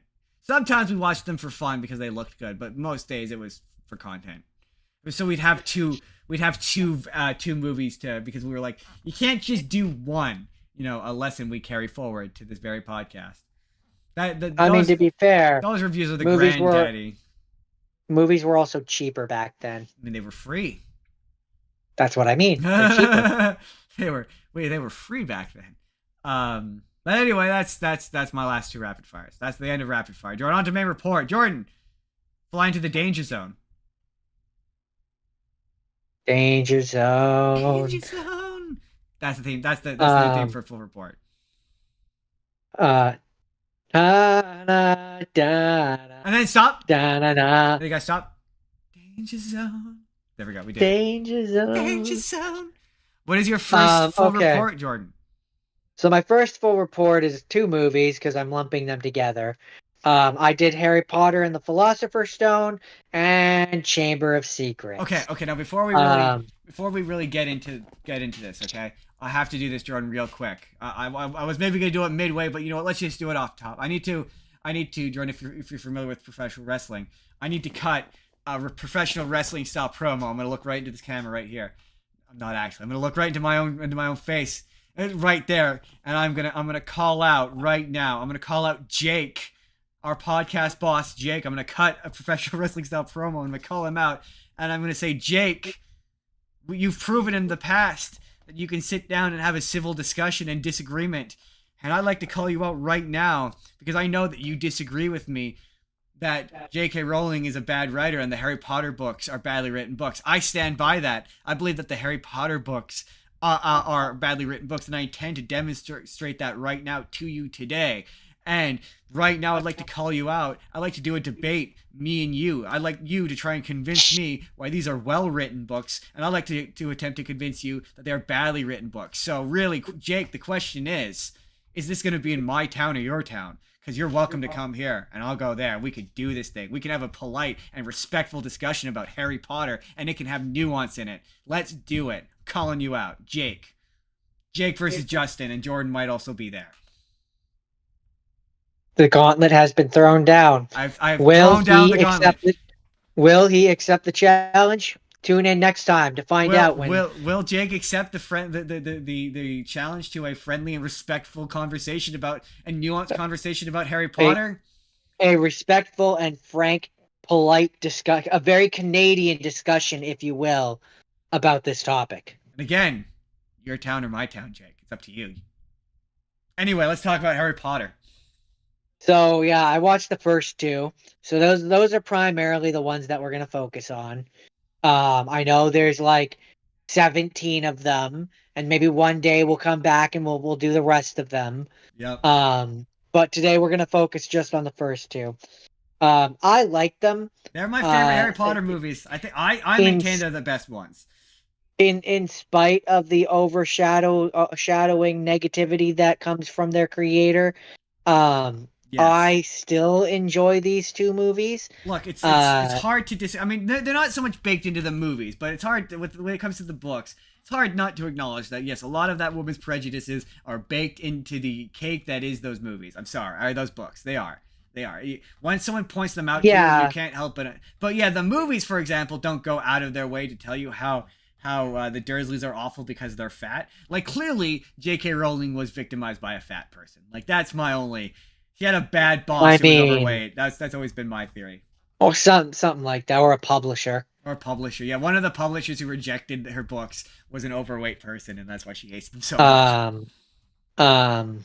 But the movies, though, I mean, I like the first two. I think they have the better Dumbledore, personally. I mean, I saw someone say that there's never really been a truly good Dumbledore because, and I don't necessarily agree with this. This is I going to mean, be an instance of that person that person's wrong. There has also been, and we it's in the first two movies. we will not summarize these movies or books. If you haven't read Harry Potter, go Oh pick up a book. no, Go pick up a book. no, we're not doing a beat by beat thing Absolutely not. here. Absolutely not. People know what these This movies are. is I don't need to do that. this Who is has the mostly time? going to be a general You discussion. I mean, who doesn't know Harry Potter? Um, Jesus. I didn't even think that needed to be said. I'm ashamed of you for thinking that the audience didn't pick up on that. look. All right. Sometimes you got to be clear. Now, Follow the spiders, Justin. why is it Follow never? the spiders, and you will be told what you need to be told. Why is it never follow the fluffy butterflies? Why is it never? Because the butterflies don't know what the hell they're talking about. That is true. That is true. They don't know. But yeah, no, I like the Dumbledore in this one better than the Oh, that was ones my point. I was gonna say this is purely Gandon or me. whatever. This is purely me playing devil's advocate because I tend to agree. I like the first Dumbledore better, but I've heard it said that the original Dumbledore is also not great because he's kind of how did he called him Sleepy Dumbledore. Like he's just kind of like he doesn't have the like energy or like the high intensity that Dumbledore Sure, has but in those like he's but like the I don't think he could have done the later stuff that the character has to do. maybe, but the other guy goes too far in the other direction and is aggressive and Because not. technically He speaking, doesn't. I He doesn't believe have the. He doesn't have that wise calmness that because Dumbledore needs to exude. I technically speaking, I believe Dumbledore, at least in the first couple of books, he's not an old man. Like that's the whole He thing. is. No, like he's not like a super like the reason why he looks old, unless I'm confusing him with He's another just. He's character. described as like over 200 years old. Yeah, but He's old. that doesn't. But I mean like he's not like an elderly old man. It's like he looks more older because oh maybe I'm confusing him with another character. But didn't he like get aged a bunch in that fight with Grindelwald? Isn't that the whole thing? Isn't that one of the things like he got like super? That's why he's like got a long beard and gray. Like J.K. Rowling like, I confirmed that or something. don't. I don't think so, but I don't feel confident enough to But it's also fully dispute that. entirely possible I'm thinking of another character in another franchise. Another character who had an epic battle with someone and it turned him into. I am thinking of someone else. I'm thinking. You're thinking of Khadgar from World of Warcraft. I'm thinking of Khadgar from World of Warcraft. Yeah, I'm thinking of Khadgar from World of Warcraft. And now that I'm thinking about it, that's definitely who you're thinking of. There's a guy I follow who he says that in his opinion the best most accurate book version of Dumbledore is still, and you're gonna disagree, but it's still oh my god, why can I never remember his name on the spot? The one from Fantastic Beasts. Where are they? They're in the case. They're probably in the case. The young Dumbledore. Yeah, like he's the more the most accurate in terms of like his his characterization in terms of like not just being like either being way too angry or like a feeble, slow old man. I'm not saying I agree, but I could see the argument. Maybe I could see the argument, but that's also a young Dumbledore, so that's a different. We're not talking apples to apples here. We're talking about the older Dumbledore that we know from Harry Potter's time. That's kind of what we have to. I do kind of tend to agree work with that. With, and of the two that we've got, and maybe in this series that they're supposedly making, maybe we'll finally get the picture perfect Dumbledore that people have been waiting for. But of the two that we got, I can only compare the two. Yeah. And the one in the first two is my Dumbledore. Yeah, I mean, yeah, and the thing with them, I believe, I mean, to be fair, they're the shortest books, so it's kind of like, but I believe they also suffer the least adaptationally. Because I do think it's funny. I do think it's funny how in the movie franchise, Harry Potter does not actually. Ignore me. Are you go? Are you? No, I'm still here. I'm my chair. It's driving me crazy. Harry Potter does not actually cast a spell until he does the dueling club and fights against Malfoy. You know what? You said that and it blew my fucking mind because I was like, holy shit. That is so true. Other people are around. To be fair, I'm not counting like when he does up and like makes the broom go up to him, or like when he accidentally does the spell to get rid of the glass, and like the accidental magic doesn't count. Yeah, I'm talking like using an actual with his wand spell yeah, that has a name that casting he an is actual trying to spell. cast. But Yeah. I swear to God, do you not see him trying? Like, does he not cast Wingardium Leviosa in that scene in the classroom? I swear to God, he No. did. Man, No, that's that's Hermione. Hermione does Wingardium Leviosa, and she and raises then the feather. and then Flanagan or whatever sets his eyebrows on fire. Yeah, yeah, Yeah. that blew my mind. That legit. I never even realized that. I was like, holy shit, he's right. Like people around him do, man. That's Also, it bothers me in the second movie. So this is the thing that bothers me.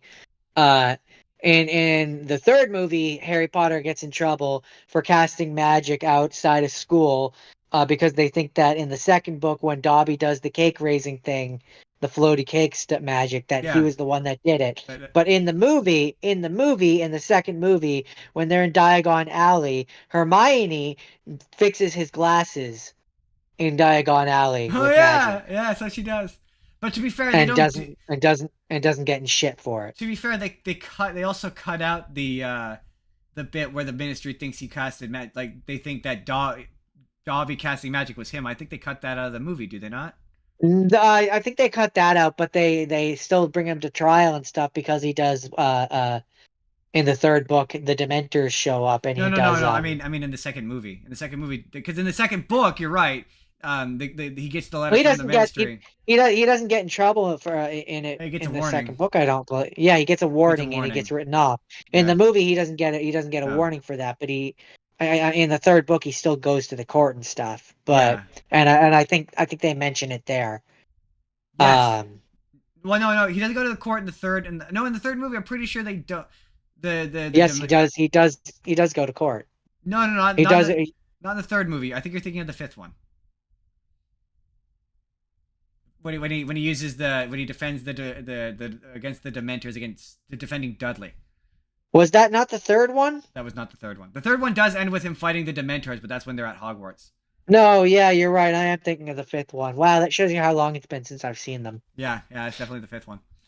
And anyways, then there's the second one, where, he gets the diary and talks to the magic diary and learns the lesson of not talking to magical objects that have sentience. Right? Um, and there was something else I was gonna say about that one. Oh yeah, Moaning Myrtle is weird. He's She's a weird. weird predatory ghost who likes 12-year-old children, even though she's been there for 40 plus something years. Made all the more weird by the fact that the actress playing her at the time was a grown adult, and Daniel Radcliffe was very much a minor. Weird. It's a weird scene, and it makes me uncomfortable. Um, And yeah, just generally, I don't care what anyone says. I have a very strong nostalgia. I was 10 years old when the first Harry Potter came out.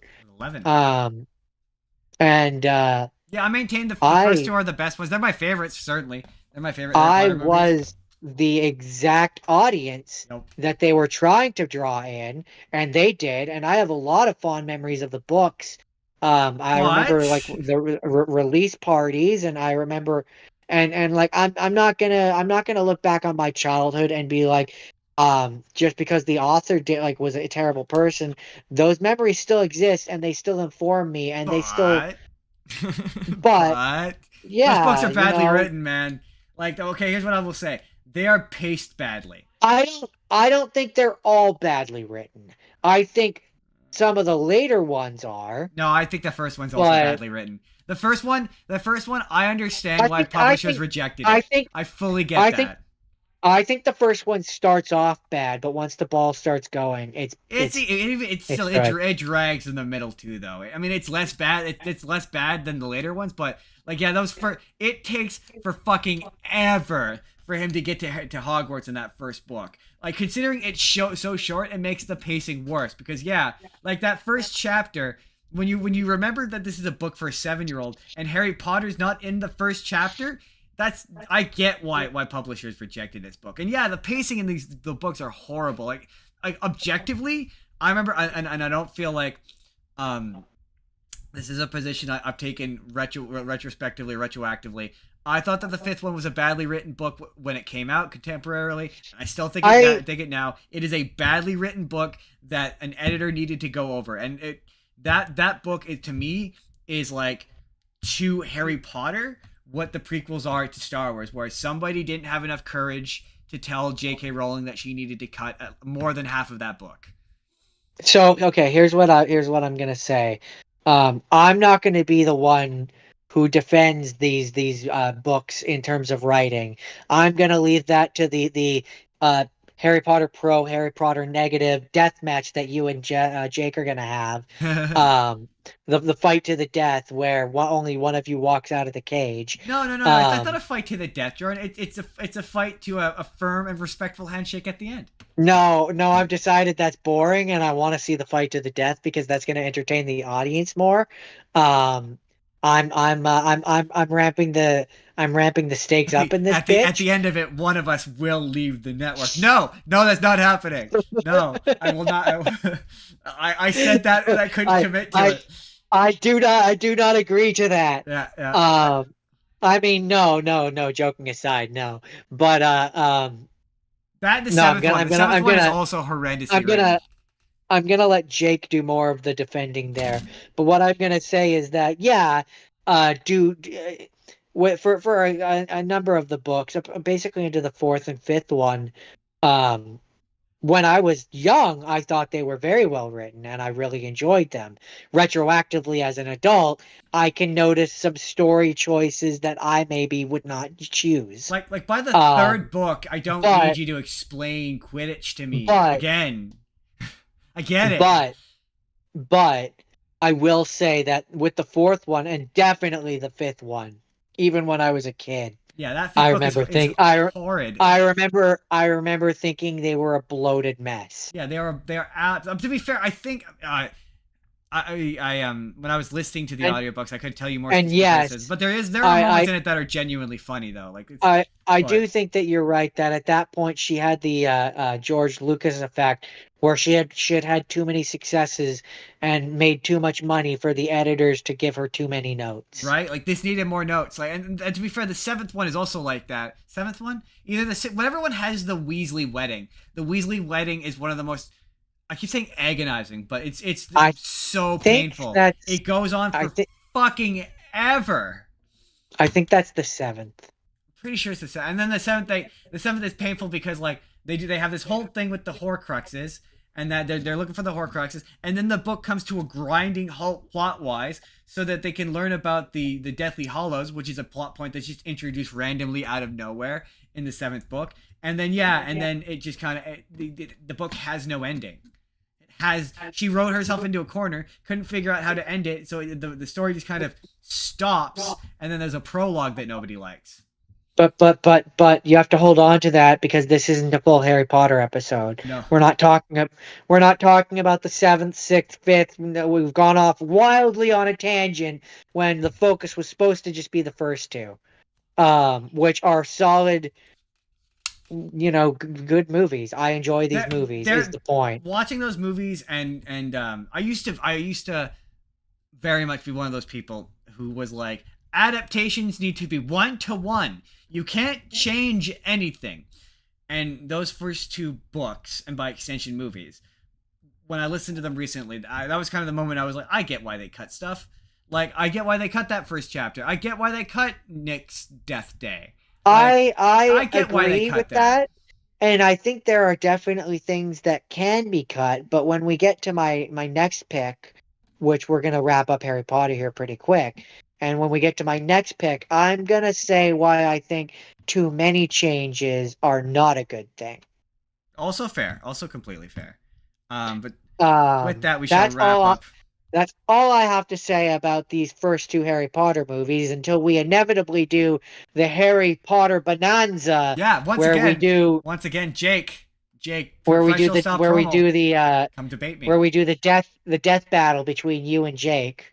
Yep. The Death battle that is bloody not a death battle. grueling the bloody grueling fist fight that you'll somehow do two countries apart. we're gonna do the podcasting equivalent. I know what we'll do. We'll buy you both a shock collar that you'll wear, and I'll be the moderator. And every time I think one of you has won a point, I'll somehow we'll shock both of you. Someone on Jake's end will shock Jake, and I'll shock you. We'll do the podcasting equivalent of one of us will throw the other one off of the top of a podcasting steel cage. There can be only one. Like, I don't know who's gonna be Undertaker and who's gonna be Mankind, but one of us will, in this analogy. But if we're gonna do the podcasting equivalent to a steel cage death match, I think. But no, I'm calling you out, Jake of Arete Media, Pantheon, podcast boss. Anyway, so that's my first half scene. What's your first half scene? My first half scene, I also did a double feature of the Crank movies. I watched both of the Crank movies. Now, for Jason Statham, yeah. For those of you who are unfamiliar with the Crank movies, it's about what's the word I'm looking for? Assassin, mercenary kind of guy who gets poisoned. The first one gets poisoned by a pufferfish rival gang member, Mexican gang member guy, and he gives him what they refer to as the Chinese shit, which makes your heart beat so fast that it will eventually explode. And the only way to prevent it from happening is to keep your adrenaline up. So the first movie these movies generally are just kind of one long roller coaster ride of like him doing utterly insane shit to like keep his adrenaline rate up, and it's him killing a bunch of gangsters, and it's like super fun, and it's got weird celebrity cameos. Like the first one has Chester from Linkin Park in it randomly. He's just like a random junkie that shows up. And Jason Statham is really fun in them, and the most interesting bit about it, there's not much to say about the first one beyond the fact that it's really fun. I don't really remember the first one. I have more of a fondness for the second one. Well, yeah. We're gonna get to the second one in a second, but the most interesting part about the first one, is that it was originally gonna be Johnny Knoxville, and it was written for Johnny Knoxville, yeah, and he couldn't do it for, I can't remember what the reason was, but he couldn't do it, and so they gave it to Jason Statham. Which oddly, I could see it. I can see it, right? Especially when you watch the second one, because there's a lot of like physical stunts and what's really interesting is like Jason Statham did a lot of his own stunts, so that the first one ends with him falling out of the airplane. And so he did that. Like, he fought the guy in the airplane on the edge of the airplane. Like, he actually did that stunt himself. Yeah, crazy. So it's like when you see, like, a lot of the stunt work that Jason Statham does in that movie, and then if you've ever seen, there's a movie called, it's called Action Park, I think, or Action Point. And it's, it's Jason, it's them replicating the Action Park, the actual place that existed. I think I've seen that. It's pretty good, but Johnny Knoxville did all of his stunts jackass style in that movie. And so I imagine that Crank would have been something similar to that. And I'm just like, it would have been a whole different movie if it was Johnny Knoxville. I just don't think because part of what makes these movies fun generally is Jason Statham's just kind of, he's so serious. But he has such a great, he's serious but funny. Like, it's so hard to explain. So that leads to the second one. So the second one, the first one, it ends with him falling out of the helicopter and dying. And they wanted it made, like, it was a stealth hit, made a bunch of money. So the movie studio was like, we want to do a sequel. And so they went to the directors who made the first one and were like, we want to do a sequel. And they were like, how? Like, he died. Like, he died. How do you do that? How do you do it? And so they wrote a script. The studio wrote a script, or got someone to write a script, sent it to the directors, and they were like, "This is great. We have to make this. Like, we're the only ones who can make this." So they came back, and so the second one it starts immediately where the first one left off, and it's him crash landing, in a helicopter, out of a helicopter onto the ground, and a bunch of Chinese guys, like, or gangster guys, like, scoop him up and take out his heart and attach him to an artificial heart. And so the entire movie is him trying to locate his heart while attached to this artificial heart, which eventually he breaks, and then he discovers that but he can charge. He has to charge the internal battery like every like 5 or 10 minutes, otherwise it'll stop and he'll die. And so once again, it's him tracking down this Chinese triad gangster guy all throughout town, and it's him doing weird shit. Like at one point, he like there's this really gnarly close up of him like hooking himself up to a car battery and like sticking it onto his tongue. Yeah. Or rubbing up on the lady. Yeah, rubbing up with the lady. Like, there's my horse. There's my horse. Jason Statham he's like, and so what's funny about this one is because they knew that Jason Statham was like they asked him if he would come back, and he was immediately like, "Fuck yeah!" Like these movies are so much fun. I fucking love them. Obviously, I'm gonna do this movie. Like hell yeah. But because they knew he was gonna be in it, they could write in a lot of his British sayings. So they wrote the fact that the character is British in this one. So that's why when he discovers that his heart is gone, he's like, "Where's my strawberry tart?" And he points at his heart. Like that's why he says that, because that's obviously British slang. Oh, interesting. And then then once again, Chester from Linkin Park shows up in the fucking. There's a really funny blooper, which I don't know if I don't know if it's where you can watch it. I don't know if it's in the actual movie itself, where it's him rubbing up against Chester. He's rubbing his arm against him, and Chester can't keep it straight. They both keep laughing because it's just so fucking ridiculous. I wish they'd make a third one. Oh, it's so good. But so yeah, and then initially I didn't like the ending. You know how it ends with them as the two kaiju just bashing against each other. But this time I was like, it's fucking funny. Like the movie's so fucking funny. It's genuinely very funny. Or the other favorite bit is where he runs into the guys at the park and they've got the dog shot collar.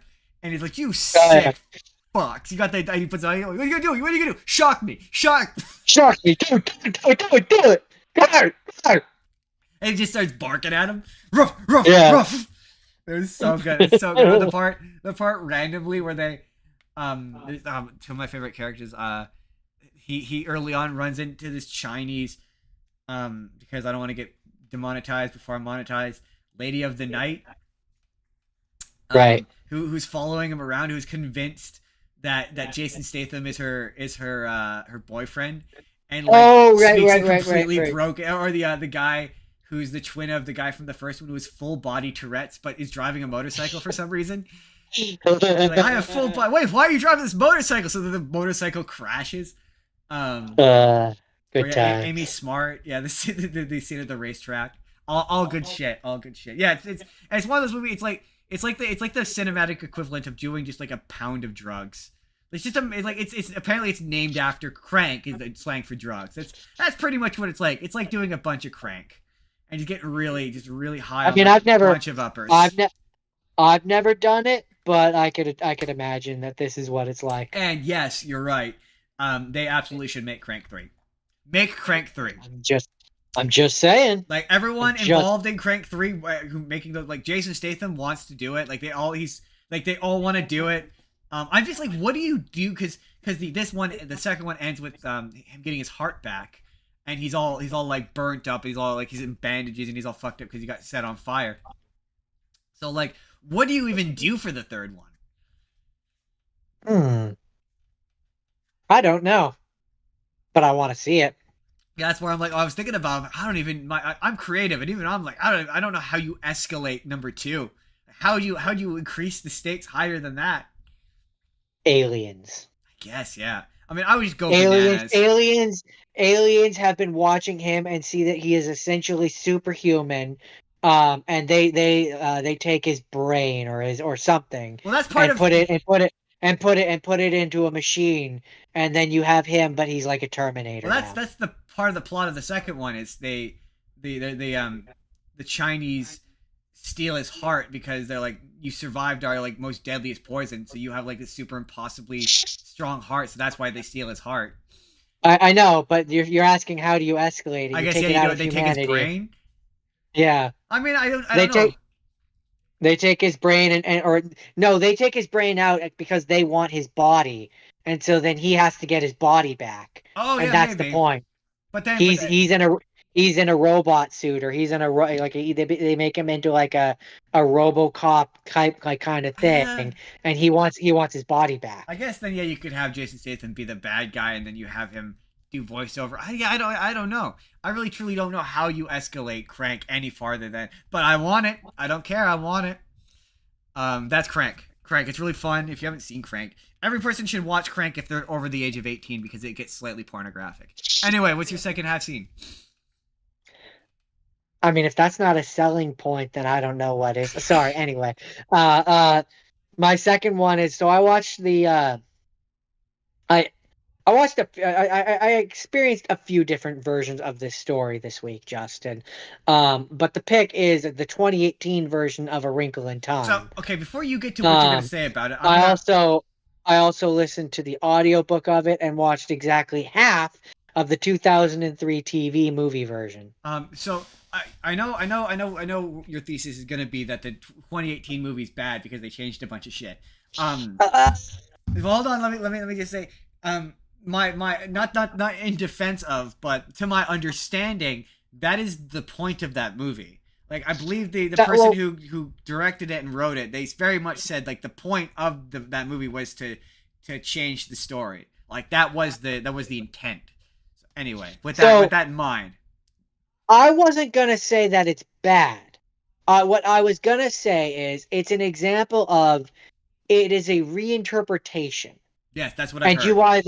you either like that or you don't. I don't. I Fair don't enough. think it serves the story, and I don't think that the changes that they have made. I don't So think it benefits the story or serves the story or makes it better or improves it. so for the I sake think of, it's so I was I gonna think say, it's just changes, and I'm gonna go into kind of what the changes okay, are. because I was just gonna Um, say instead of summarize, because everyone knows what A Wrinkle in Time is. We all read it in elementary school. So just um, what is different? Let's just keep this so focus on what is different rather than what's the same. right. I mean, okay, Other than the race ignoring it, swapping. I was gonna say ignoring the very obvious thing, which I don't have a problem with the casting Not choices. in this case, no. Um, I don't have a problem with the casting choices. I have a problem with the character motivations that they have done with some of the characters. So are Um, all the characters they still there? Like Charles Wallace is still there, Calvin is still uh there, all of them except for the twins. except for the twins. The Okay, the I can see why you would cut out the twins. the twins just don't exist in this I mean, they don't version. really serve a Um, function in the story. They don't so go on the adventure. right away, well, they do serve a function, but I can also understand why they cut it. Um, I see. Okay, I have to be honest. Um, I might have missed a part of it, but uh, I seem to remember in the beginning of the story, they say that they adopt Charles Wallace in this version. In the He's not movie. their Yeah, he's not their born son, but I don't. It doesn't say that in the Wikipedia, and I'm not confident enough to lay money on that. I might have misheard that. Anyway, um, Really? Because that would be dumb. That kind of a major plot character point with his character is that there's a reason why he's he is the the way he is, and it's because of the dad. it's because of both of them. Both the mom and the dad are very brilliant scientists. No, but I mean the Um, superpower bit that comes from the dad. That's a plot point in later books. oh, I wouldn't know that. Um, but Yes, I think it is. in the okay, so in the movie right away, the mom and dad are, instead of being like not very well, like subtle secret scientists who nobody really knows, and like they're off the radar. In the movie, they're famous, like What? they're famous, world known scientists, and it's like a big deal when the dad disappears. In the book, and the original in like the original stuff, it's like he works for the government, and like he frequently leaves town to go do jobs for them. So when he like disappears, people think that he left his wife and fucked off and just Oh, left, interesting. See, right? see, my memory of it is, I thought they thought that he was dead. No, they think that he fucked off and like left his wife basically. Huh. Um, whereas in this version of it, he is a famous scientist who like disappears. And like it's a big mystery, and everybody wants to know what happened to him, and it's it's a big deal. Um, and like in the movie, he pitches, instead of it being like a thing where him and his wife have been secretly toying with the idea the Tesseract, and then you find out in the book that he was working for the government and they were like testing it in secret. In the movie, they very openly and publicly pitch the idea that the Tesseract is like traveling on a different wavelength, and it's like a big public spectacle, and it's like very, very, very See, my public. thing with the Tesseract is they never, from my recollection, what is it a physical thing that you can use? Like, is it a tool? What? No, The book it's always describes essentially that's the thing with adapting this book is everything is always more of an idea that is hard to visualize, which is why yeah, adaptations of this have always struggled.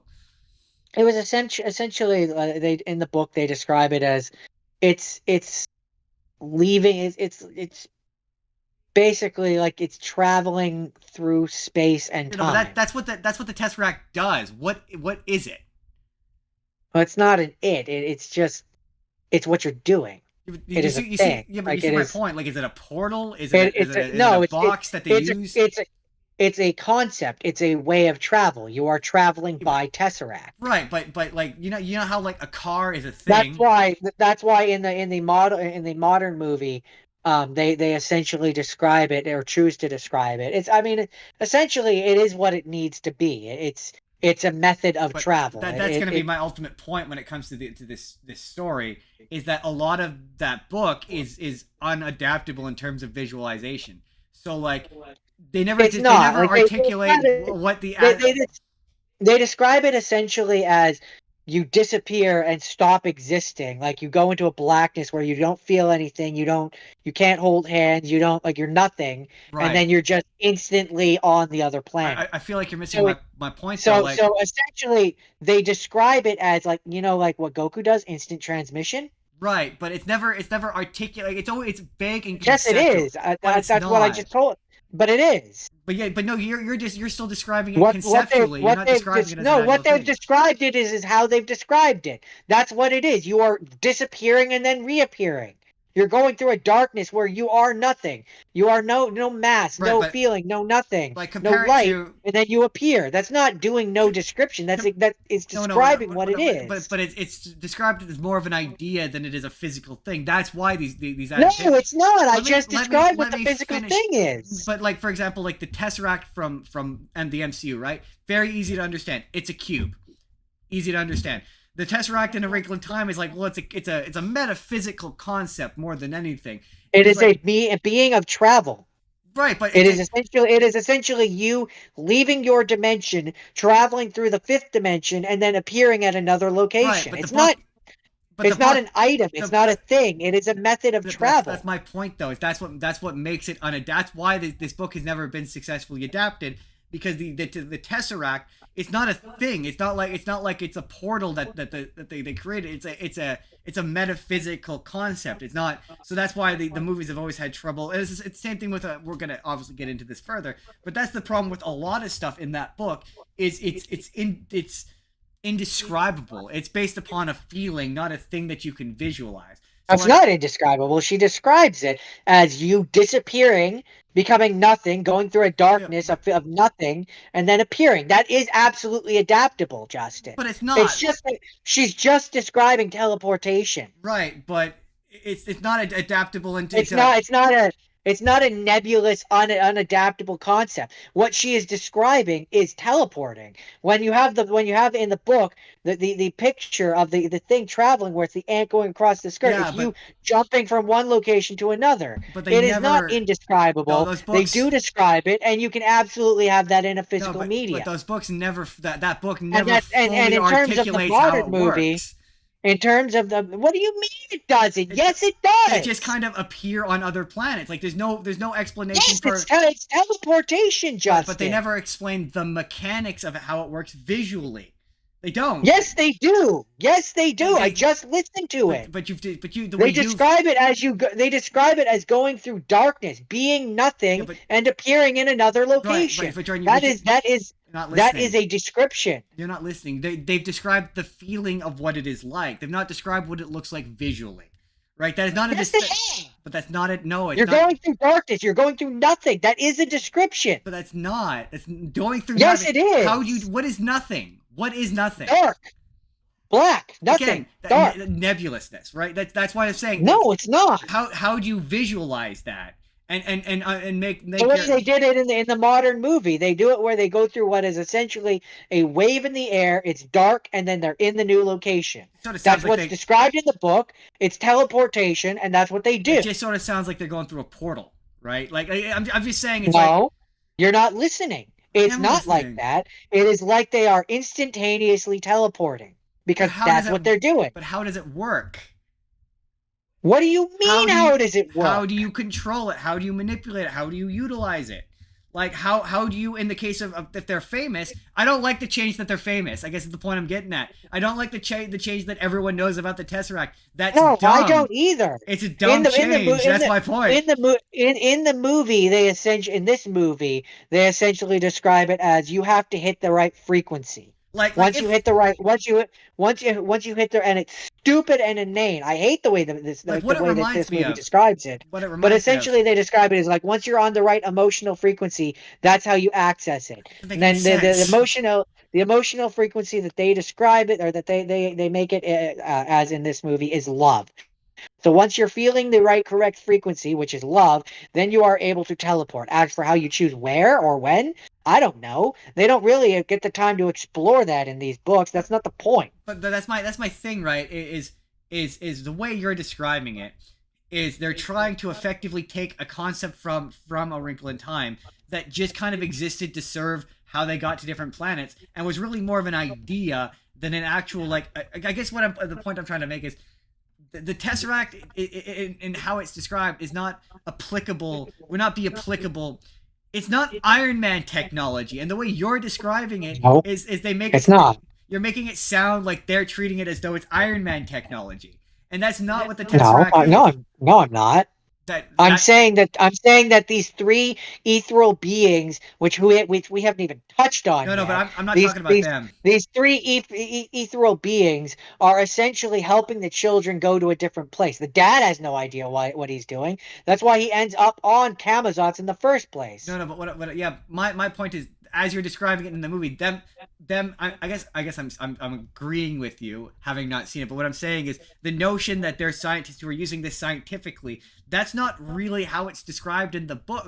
It's sort of like the way. In the book, it's described as they are a team of people working for the government who are trying to use this but have no idea what they're doing and can't test it on animals, so have to test it on themselves first. That's how it's described in the book. In the book, the dad is the second person to go off and basically attempt this. There was actually a person who went before him. They waited like a year or two, and the guy doesn't come back, and then the dad goes. Like it seems to me like the movie But it's wants to be secret. like the dad is going to turn this into a technology, and you have a portal gun, and that's how you tesseract the place. No, I'm no, like, no, that no, sounds dumb.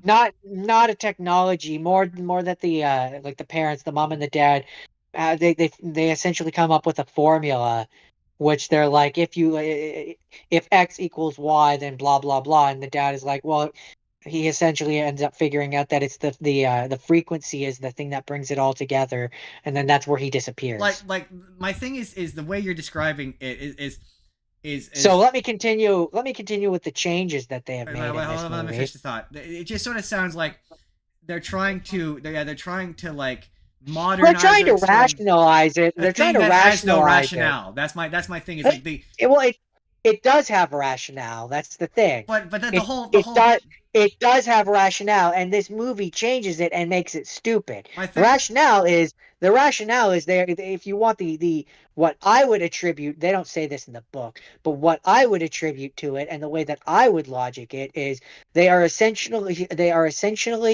when they use a tesseract, they are essentially, I can use the word properly, um, summoning a wormhole that they use to travel. Right. What they describe in the book of an ant being able to jump across the skirt and end up in another location instantly is essentially a wormhole. So if we were to reason this out, what a tesseract is the ability to summon and use a wormhole to travel instantaneously to a different location in space and time. Now to be fair, They don't describe it as such, but as a person who has experienced enough science fiction and Star Trek and Star Wars, that is what they are using. To be fair, a lot of these complaints could maybe be a reflection on the book of being like she doesn't articulate her ideas exceptionally well, and like how they're like a lot of the concepts or how the interspace stuff works is more about feeling or more about like when it comes to dealing with it, how do you visualize that on it becomes difficult other than to do it like metaphorically, you know what No, I mean? no, it is not hard. It is described as a big brain.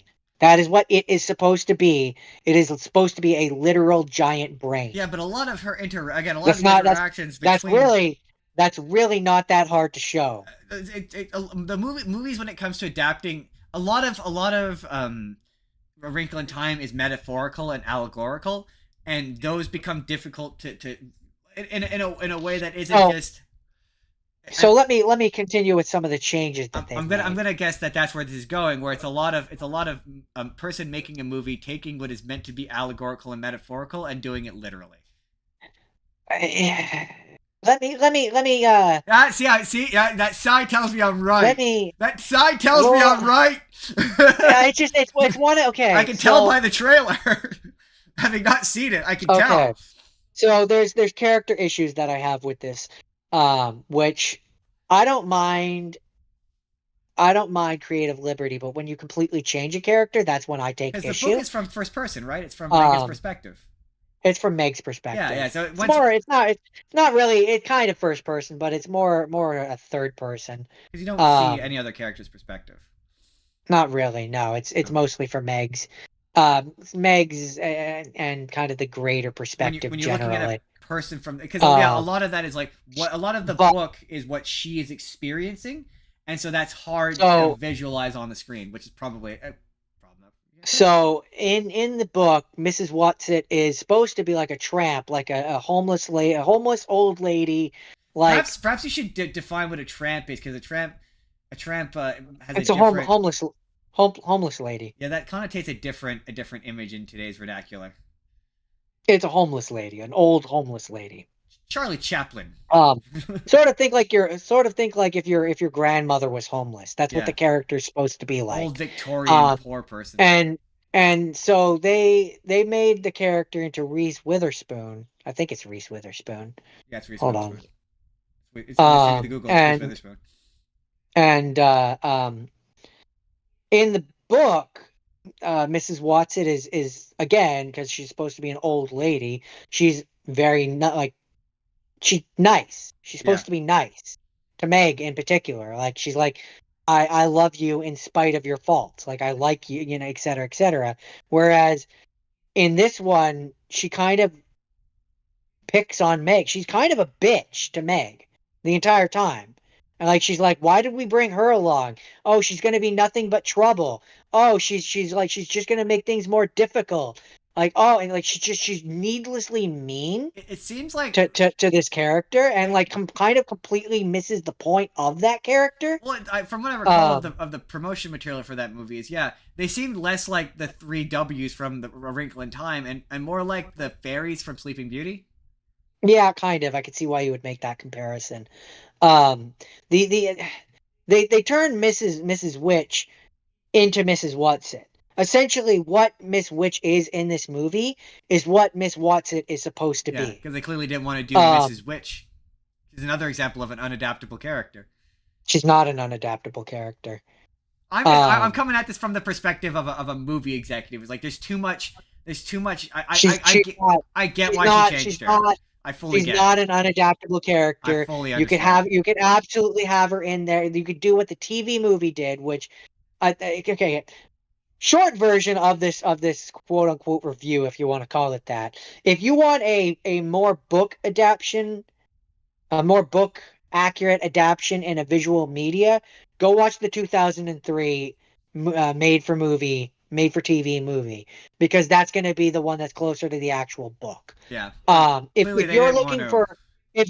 for a fresh take on the story, which is different and arguably worse depending on your perspective, then go watch this movie.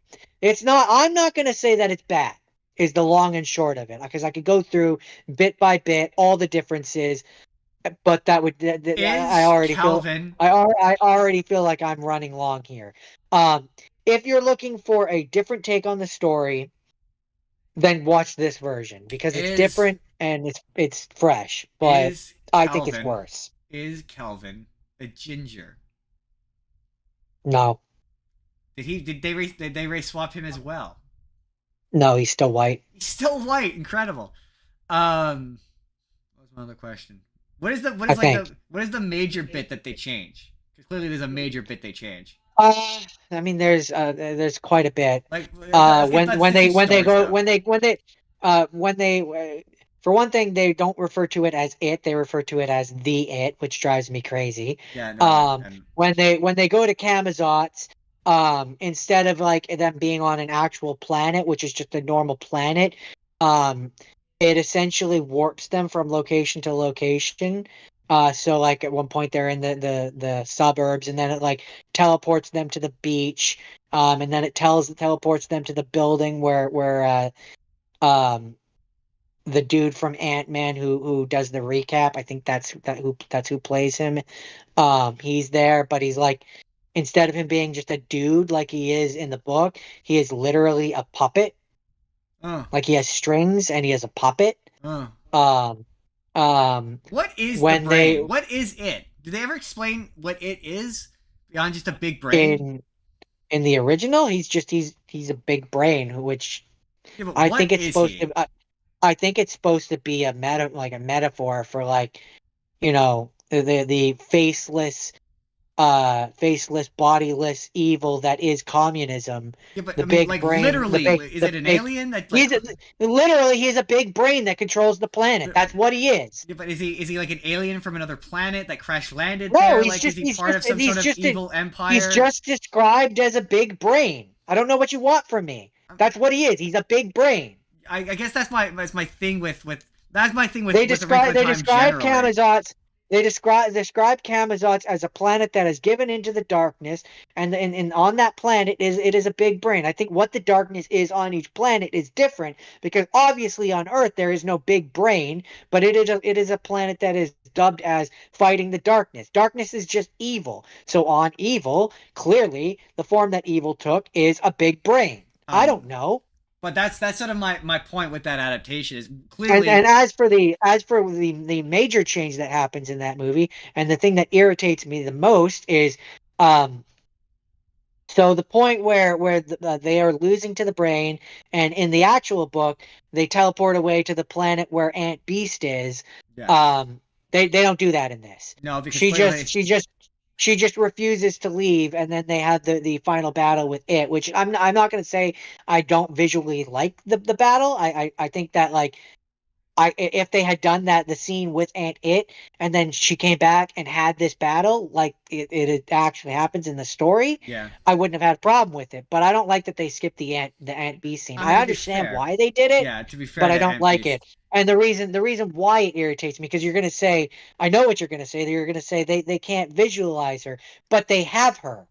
What? They have her in the movie. When they go to the not so happy medium and they're looking at all these different planets, one of the things that they show is, and they're like, "Oh, and that's Aunt Beast." And you see Aunt Beast and she's there, and they Oh, so reference it's her. in the movie. They just cut her It's scene. in the movie. They cut her scene. Oh, that would piss me off so much worse. Because I'm like, if you're gonna Yeah, cut it her does. scene, I get why you cut her scene. I get it because yeah, you're right. I can That's understand, what I would say because is yeah, I can understand how it would be difficult, or how you would not want to take the time to represent it. Sure, okay, but if you're gonna show it, yeah. then why not have the scene? Because like, admittedly, I've never been able to picture Aunt Beast in my. Even when I was a kid, I just, I couldn't picture what she looked I like. I just, couldn't create an image. I just pictured it as like a solid tube, basically, of fur with tentacle arms that has fur all over it, because Yeah. it's described as a tentacled monster that's really furry, and that's Yeah, really the most. I've never been able to visualize. It's the one thing that's why I'm saying a lot of that book is unadaptable in terms of. That's But I why don't think it is. I'm a little sad that that you didn't get to Ant because I remember her being in that TV movie Yeah, and I remember her not I didn't looking get to good. it. I didn't get I to remember being that like point with that's not that, what it looked. but But my thing but with no, like it irritates me that when they go to Kamazots, the teleporting around, like, just why do that? Why not just make it a planet? It's just a Yeah, planet. yeah. Like, there's just a lot of choices where it's like, or like Wait, okay, when you say teleporting around, like, what do you mean it's not a I planet? I mean I mean, like, they go to the planet, land, and they're in the middle of the forest, and then visually everything around them changes, and they're in the middle of the suburbs. Oh, And then that's just visually everything around them changes, and they're at the beach. that's Like, it's like they're teleporting on the planet. So it's not like the planet. Like, it makes you question whether any, like, whereas, okay, sorry, I'm getting heated. Whereas in the actual story and in the TV movie, they actually physically travel to these locations. So you know that it was at one point a real planet which fell to darkness, right? Whereas in this version, because they're just warping around hey, here, there, everywhere, it makes me as an audience member go like, okay, so is anything they're seeing real? Or is it just like they're inside this dark thing and it's showing them oh, whatever it wants to see? got it. Like, is any of what they're seeing real or not? I don't know, So because they're just teleporting from location to location. here's It makes it messy, I guess, is my here's point. my thing. Yes, you're right, because I remember in the actual book they just kind of walk to the corporate office building, like Yeah, they like yeah. they are on a planet and they walk there and they're talking to real people that you know are actual people. That would be my well, okay. Here's my movie making answer for why that happens in that movie. The movie making reason is so they don't have to show you them moving from location to location. That's why that Oh yeah, happens that way. It's I get laziness more that. than anything. But that's my criticism of, and that's what I was trying to drive at. And you're right. And maybe this has been so interesting though. But you're right. It has kind of run a little long. Um, I'll let you wrap up, and then we'll move on to this is gonna be. I kind of had a I feeling it was just, gonna be a yeah, jumbo episode. It's the penultimate I just episode. It could be kind of jumbo. my last kind of thoughts on it are like there are choices and there are changes in there that I don't dislike. Like, for example, in the scene where they're on the Uriel, and Mrs. Watson changes into an animal, or into a, not an animal, but into a different beast or whatever.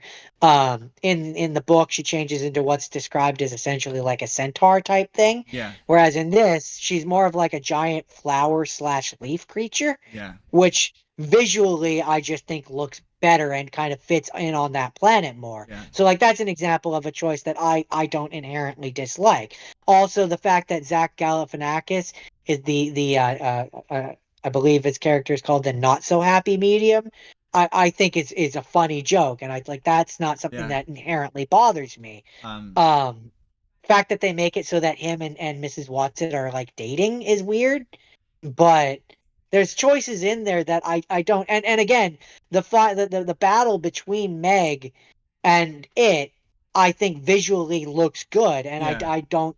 It's just there's story choices and things that they've skipped and stuff that they've done and like changes to characters that I hate. Okay. Here's my final thoughts before we talk about That Daybreakers. Yeah, because we still got to do the shit we hadn't seen, and that I thought that's gonna be really meaty because I got a lot of shit to say about my stuff. mine Um. won't be quite as long on that end, so that'll be fine. Um.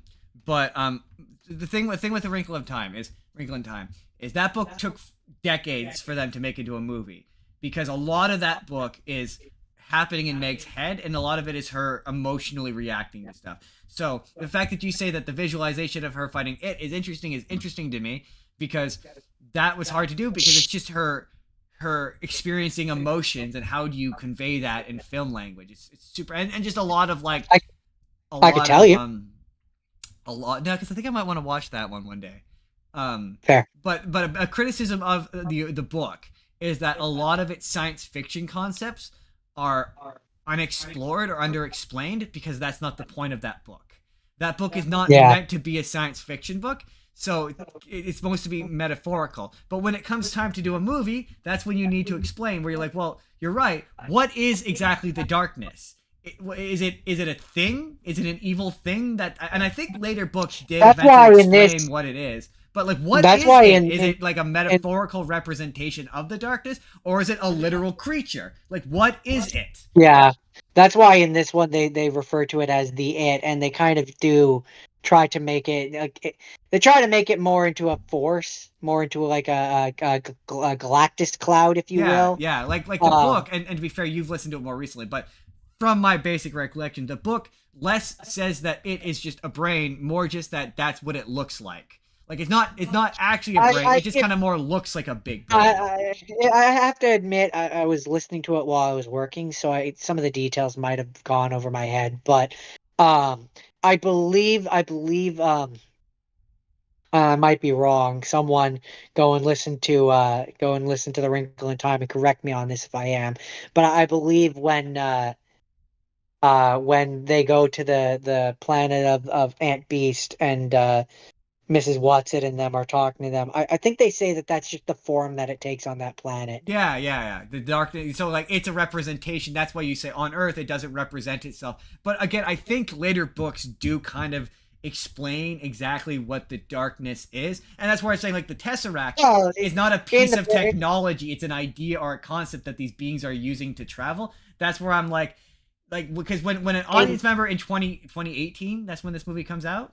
2018. When they hear like you kind of got to put this in its time, and you got to be like, well, when they hear Tesseract, they're gonna think Avengers, right? So like the Tesseract from A Wrinkle in Time is different in its in how it kind of That's why, yeah, that's why in this one they're clearly they were like famous celebrity scientists who are trying to research this, and that's why they're like it's a frequency that once you hit the frequency it lets you teleport yeah. essentially. But anyway, This is but yeah, because they clearly were trying to be like, yeah, how do we that's the explain this in the pseudoscience, dumbest way we that's possibly the can? Yeah. pseudoscience way we can do this. And I think you're right. I Um, think you're right. Ultimately, like making them, it doesn't work if they're famous. The story doesn't work if they're well known. If no, Meg knows what the Tesseract is already, then all of her experience going for also she a Wrinkle she in doesn't Time, really. a Wrinkle in She doesn't Time. really. She doesn't really follow what her parents do That's necessarily. dumb. That's dumb and arbitrary. Then, don't like that. But um, what was I gonna say? Them changing and moving shit around always irritates me in this book because the book's like that thick. Like it's I not a know. long book. Like really, when you get down to it, there's like two locations. Like not a ton happens in that book. Three, three technically. There's Uriel, there's Camazotz, and there's the planet that the Ant Beast is on, Four if you count and Earth. Earth if you count Four if you if you count count Earth. her. So like yeah, if you cut So out Ant that's Beast, it's three locations. yeah. So I mean, I could complain about this version of it a lot longer. I could go into more depth, but we don't have time for that. That sounds So that's bad. my Sounds bad. so that's my yeah. It was disappointing to say the least. Um, so that's my two have seen. So Uh, so okay, before we get into hadn't scenes, Jordan. Normally I'd let you go first, but since you've you waited so patiently, you have another have seen, don't you? oh Or yeah, I still did you gotta do do them I both? still gotta do Daybreakers. Never mind. I gotta do Daybreakers. Daybreakers is not gonna be as long as A Wrinkle in Time was. So yeah, so for my second have seen, I decided to actually watch Daybreakers, and remind myself about that movie. And Vampire boobs, you mean? vampire boobs, and it's funny because in our we already talked about what the original. I'll very basically. Yeah, that was funny. We That thought made it me was laugh. we thought it was a conceptually good idea, but we thought that the execution didn't left much to be desired, and the resolution is stupid. The resolution we don't want to spoil it in our initial videos. So we don't say what it is, but the cure is fucking stupid. It legit is. It's really lazy. Um, the cure is Jordan. The vampires just got to stand out in the sun a bunch. Yeah, you're right. That is stupid. So basically, okay. So they have to twilight themselves, basically. Kind of, yeah. But if you do it for too long, you catch on fire. But if you do it for just the correct amount of time and you douse yourself with water, you're cured from your vampirism. Ooh, sounds It arbitrary. absolutely so basically, yeah, it takes place in a world where some rogue disease vampire bat bit a human and it turned the entire human race into vampires. And Ethan Hawke is in it for some reason, and he plays a hematologist who is Jordan, for your benefit because you're stupid. A hematologist. Fuck you! Don't dermatologists do skin? A hematologist. They study blood. Oh, hematologist blood. I knew that. Did you actually know that? Yes, I did. Okay, but actually. No, I actually did. Oh, okay, fair enough. I've been to a blood doctor. I've Uh, had to have my blood checked. oh, fair enough, fair enough. Yeah, no, he's a hematologist, and basically, you know, they've I hunted. also I also know that because of D&D Critical Role, blood hunters do dermatologic magic. Hematology. Yeah, Dermatology. yeah. Dermatology is skin. Hematology is blood. Hematology magic, like That's blood magic. that's actually hilarious. Um, so yeah, so basically they've hunted the local population of the food source to near extinction levels, and so they're attempting to find a blood substitute. And while this happens, um, Ethan Hawke runs into basically rogue sect of leftover humans who are trying to find a cure. And he runs into William Defoe, who is a cured vampire, and he's the one who reveals that he got into the sun a bunch. And in the meantime, Ethan Hawke's brother works for the government, and they have like human hunting people or whatever. And what's his face? Dr. Grant is in it, and he's the evil bad guy, and he's trying to find his daughter who refused to become a vampire. Um, Long story short, blah blah blah. The movie happens, and it turns Oh, out that they you don't say the movie um, happens. Wow. Ethan Hawke tests this cure on himself and turns himself back into a human by by going into the sun a bunch. He becomes a human, and the bad Dr. Grant captures him. And it turns out, George, to get even more arbitrary, that it's not even just standing in the sun a bunch, but apparently, if you stand in the sun a bunch and get turned back into human, that and your blood is also the cure. And so Dr. Grant tries to eat Ethan Hawke, and he sucks his blood, and it cures him, and he dies instantly. That sounds interesting. And then Dumb. it's revealed Bad. it's revealed later on. I can't decide what the right word here is. Justin, It's fill in the blank. That bad, arbitrary, is arbitrary. that's the word. And it's revealed that at one point that yeah, they want to get the uh artificial blood so they can re-raise human population, so then they can hunt them for Sport. For like human, true pure organic human blood. They can give the poors the artificial fake shit, and the rich people will get to have the good shit. So it's like, oh no, we're still gonna kill humans, but like, we're gonna kill them, and we're gonna feed off of them like In style. yeah, pretty much, yeah. And it's honestly pretty good. Um, I was surprised. It's one of those times where I was like, this is a good movie. It's actually pretty. I quite like it. It's clever. I enjoy movies that are unique and creative, and this definitely was. Like, William Defoe is hilarious. He just says really weird, gross one-liners randomly that are I can't even think of any of them, but they're really inappropriate. I'm trying to rush through this so we can just get to the have-not scenes, because that's the shit I actually want to talk about. I mean, we've passed my my big talking point. So I think that's it. That's all I had to say about Daybreakers. It was fine. It was pretty fun. It's a good movie. And I think it's on something. I don't remember what. But I was surprised. I spent years saying how much I hated that movie, and I don't know why, because it's honestly pretty good. I remember thinking it was fine. I don't remember Other having major issues with it. other than the fact that the cure is fucking stupid. Oh, and the other beef that you had, you were like, oh, when they shoot the whole thing is they have like crossbows or whatever, and they shoot the vampires in the heart, and then they explode, and you're like, I don't like the fact that they explode. That's dumb. And it's because the idea is they're staking them, and that's what's making them explode. It's just a real on the nose visual representation of vampire killing. Yeah, that's fair. I understand. But I just love the idea that like humans just adjust, like they will always just Oh, adjust to whatever the new normal is. Yeah. No, the new normal is we're all vampires now, and like not everyone would be against that. I mean, I'd be a creature of the night. I don't know. I kind of have a when everyone's a vampire. Yeah, it's the moral quandary of having dick. That's Ethan Hawke's thing. Is he doesn't want to kill people. He eats like he's one of those vegetarian vampires from like Twilight or whatever. I mean, nah. So yeah, so that's it. That's the have scenes. Nah. That's all the have scenes. That's it.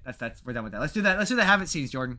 I mean, normally I'd let you go first, but you've been waiting patiently for 2 weeks for me to watch Searching. So would you like to hear me talk about Searching before we get into your stuff?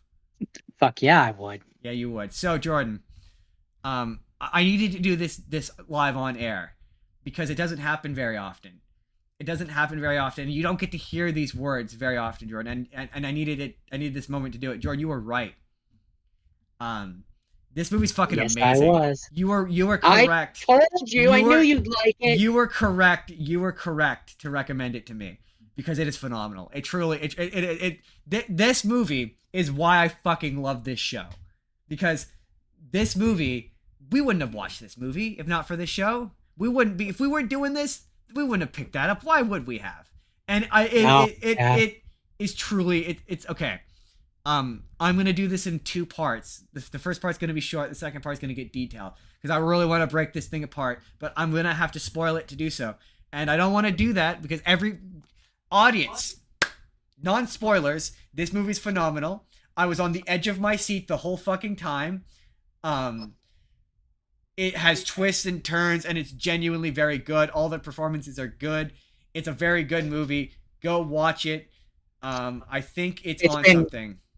It's been twice recommended. Once by me. He was very right. He was so right. It's truly a very good movie. Now searching. Number one, I've never felt so gaslit by a movie in my entire life. Like it had me like convinced at every. I was so convinced that the brother did something hinky. I was like, please Right? don't do this to me, movie. Don't do this to me, movie. I was. Don't I do was this. so sure. I was so sure. I was like in and out of like, okay, no, she's being groomed. She's being groomed. She's clearly being groomed by somebody. Oh no, Right? like the catfish who's grooming her. She's been abducted. Like I was. But here's what I will say. Okay, no, let me say this with so once again. This is your last opportunity. I'm gonna spoil the outcome of this movie. Did you, by asking Jordan this question, did you figure out it was the cop before they revealed it?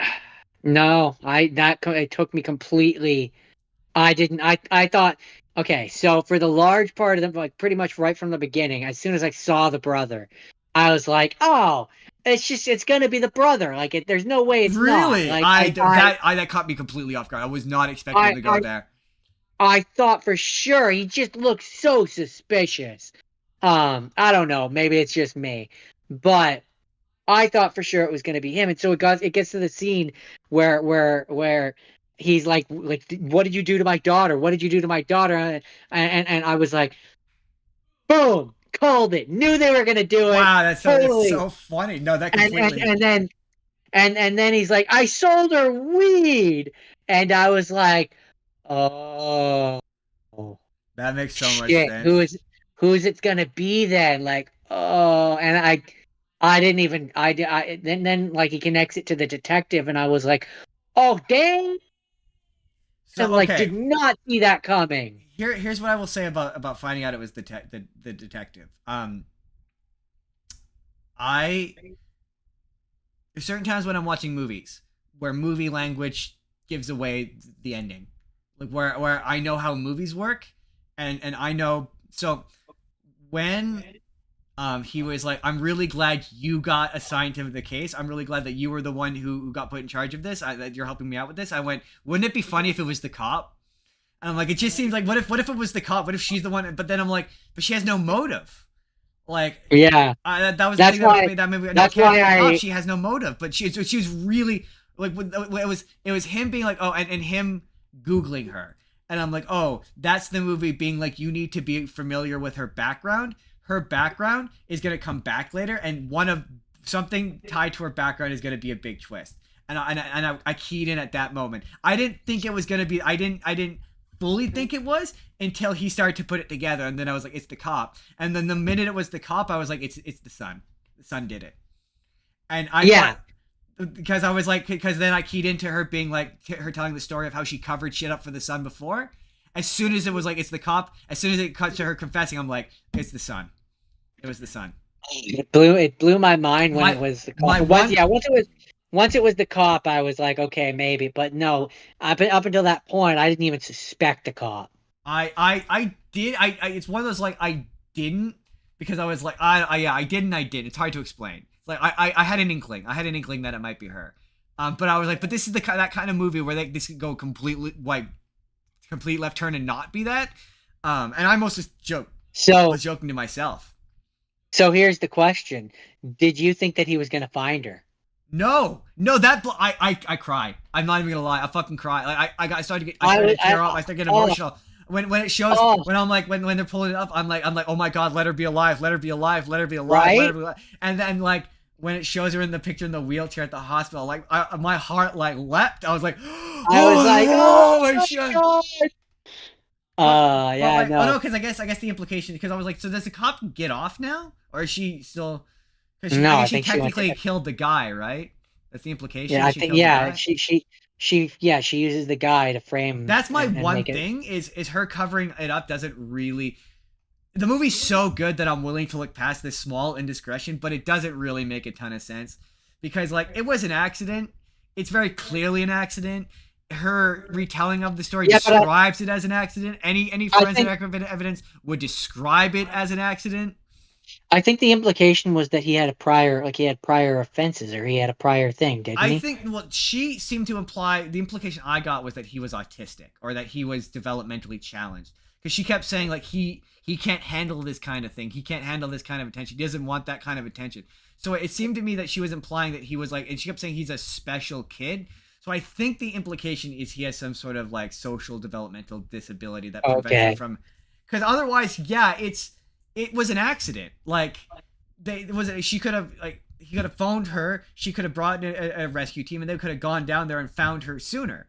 Like she didn't really have and my justification for that would be me defending against myself would be well she's clearly emotional, it's in the heat of the moment, she's not thinking clearly, Yeah, but like I would have still I would have preferred if they had kind of gone the route of she didn't want it to come out because she was worried it would destroy her career. yeah Like that yeah that to me is a more clear cut like motivation. having this well or make it where the Like son did it more deliberately then like yeah, he or deliberately something pushed her. like it was malicious or But I just love something. the fact that it just turned out she was like it was such a realistic portrayal of how of like not only just a person disappearing how yeah like everyone's always like how come you didn't immediately notice well you know you're living your life you're not constantly hovering over a person like yeah it's gonna take Yeah, a day or two for you to click in on oh yeah this is something's odd something's off.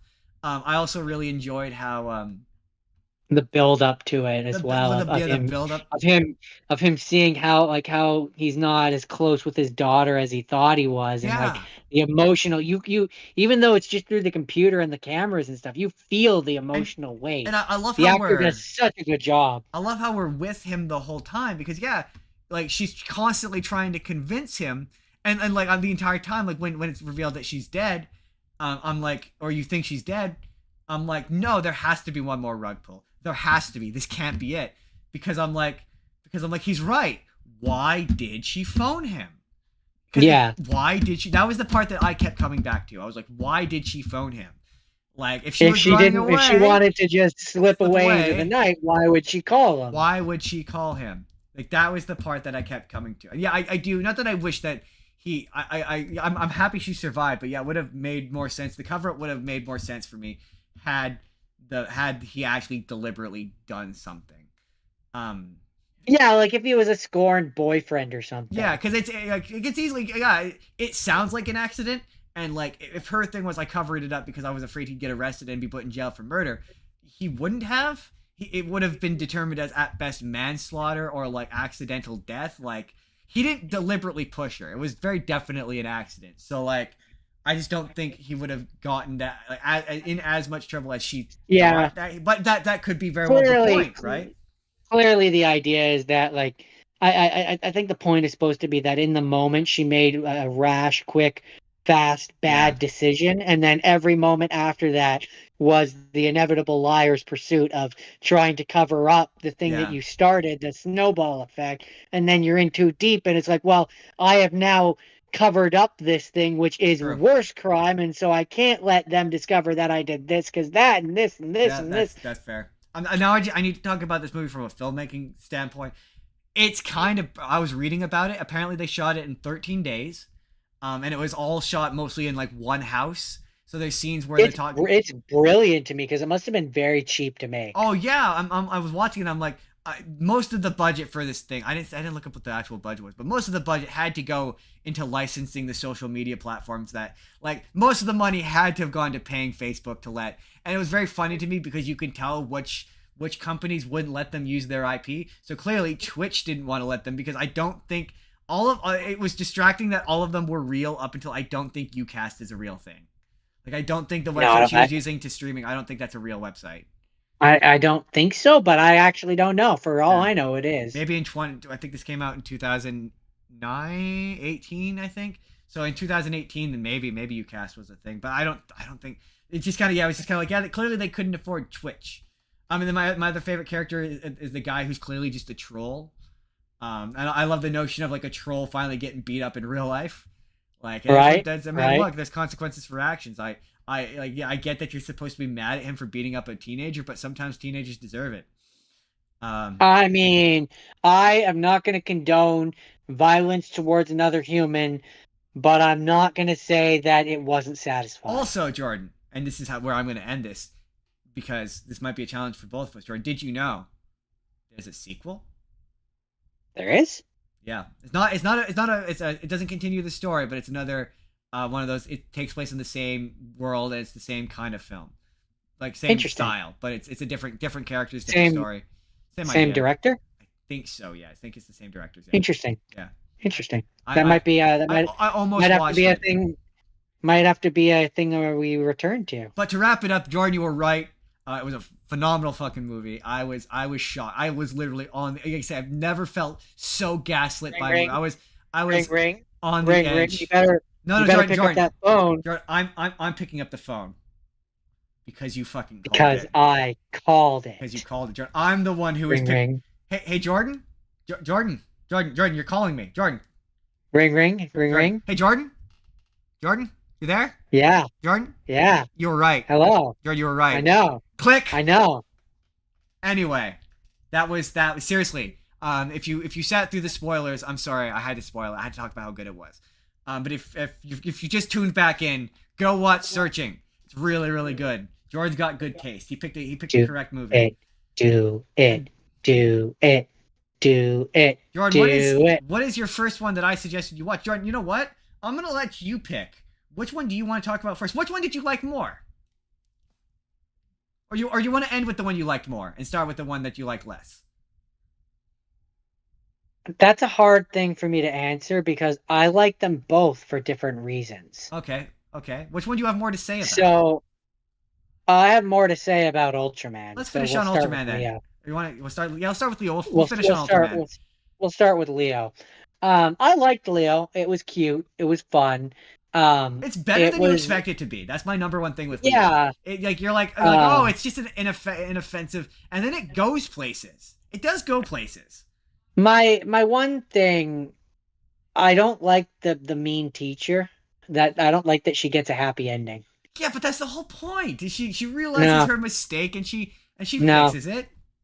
Don't like it. She swoops in, steals the nice pixie dream girl teacher's class, ruins their year and makes their life a living hell, and then gets a happy ending. Yeah, but it all ends up working out in the end, where it turns out that she also learns a lesson, Jordan. She also learns a lesson. No, I don't care. So she learns that she has to go back to being she has to also be the manic pixie dream teacher. No, I don't care. Don't like her. But the rest of it is sweet and fun and cute. The idea of that this is a Toy Story world where all the animals can talk but just won't for some reason is funny to me. My favorite bit is Bill Burr as Squirtle. Squirtle the turtle. Yeah, the Squirtle the turtle. I cannot believe they could get Squirtle. Like that. Squirtle. Like the fact that Nintendo let them use the name Squirtle is kind of impressive. I mean, they don't have forever and perpetuatory rights to the word Squirtle. I guess maybe theoretically. Maybe not. But yeah, my favorite bit is where he goes home with the kid and he tries to do the same thing as Leo does. And he fails at it epically. No, yeah, none of the kids like him, and My he's or jealous. his relate he has a relate he winds up in a relationship with what was it, the thing that helps him fly, the bird, no, Oh, the drone. the drone, him and the drone, yeah, him and the drone who's overprotective of the kid. That was really funny. I really enjoyed that. It's a fun, cute movie. It's a fun, inoffensive, cute movie. Definitely one that if I had kids, I'd let them watch Oh it. yeah, for me, and when you first see the trailer and like within the first 5 minutes, you're like this is gonna get old quick and the voice is gonna get annoying. But like him and Bill Burr as the turtle, they have a really tight, like, fun back and forth. Whereas like this They is do. funny, this is good shit. Like, and the music, I recall the music being good. Like some of the songs were being pretty good. Yeah, I yeah. remember having more specific positive things to say about it, but it's been a while since I've watched it. Um, Not as fresh as Ultraman is. I mean, I like the advice that he gives the kids. The fact that like he thinks that he's gonna die in a year, and then all the ones in the wild are like, no, we live like 100 and something years. You're fine, brah. Yeah, we're And he's like, like, oh, yeah, we live cool. forever, man. As long as you're taken care of, you'll be fine. Yeah, I would watch more of these. That was the number one thing I remember saying about it was I've watched Leo too. Yeah, yeah, I would I, too. I want to do Leo too, but now it's the kids are adults and it's their kids. I mean, the nice thing about it being in a school is, yeah, if you did a sequel, you could just be where it's like 10 years later. Well, I think in at the end, they move up to a new grade. So yeah, even if you want to do it the next year. Yeah, they go with the mean teacher to a different. And they don't go up; they go down. Right down. They're with the kindergartners But yeah, or you whatever theoretically now. could do a sequel where they're with the younger kids now. Or Yeah, conversely, you do it where cut to and she's now teaching a different class, like fifth graders or something. Or even like they're with high. I think it'd be fun if they got moved into like a high school class. That'd be kind of fun. They have to help high schoolers. I mean, yeah, I'd be good with anything I really. would I just just watch want a sequel more to of this. this I think world. it's yeah. I would watch way more. I just want more of this world. But that's Right. really all I have to say The about Leo. story It's of this fun. last year for me has been discovering I actually love Adam Sandler. I think I like his stuff more than I hate it. I think I've discovered. I think it depends on what we're talking about, Justin. I can think of a few things that I know you don't like. That's also fair. Also, I'm pretty sure one of his kids, or both of his kids, are in it. I think I one or both or all of his kids play multiples of the children. I believe. I think I could be wrong about that. But anyway, George, do you have anything else you'd like to say about Leo before I get into Scott Pilgrim? Because I have a lot to say about Scott Pilgrim. Sadie Sandler as Jada, a popular student. Oh yeah, she's Sunny the. Sadler, Sunny Sadler as Summer, a talkative student. Oh yeah, so she's the. Okay, yeah. I know those. Yeah, have you ever thought just stop talking and just listen? Have you ever thought about just listening to people instead of Or talking? asking an occasional question. Yeah, like pause to consider for a moment that nobody cares. Nobody cares about what you have to I say. I get it. I get it. Yeah. Or Um, her and I can't remember what the lesson is with the popular girl, but I remember the funniest bit about that was how the that dad. they're not that great. No, yeah, oh yeah, you're not that great. Yeah. No, my favorite bit about that, I think if I remember correctly, the dad, he starts off this huge big musical number and it cuts away to them talking upstairs and it cuts back down and he's still doing it and we never see Oh yeah, his musical he's number is.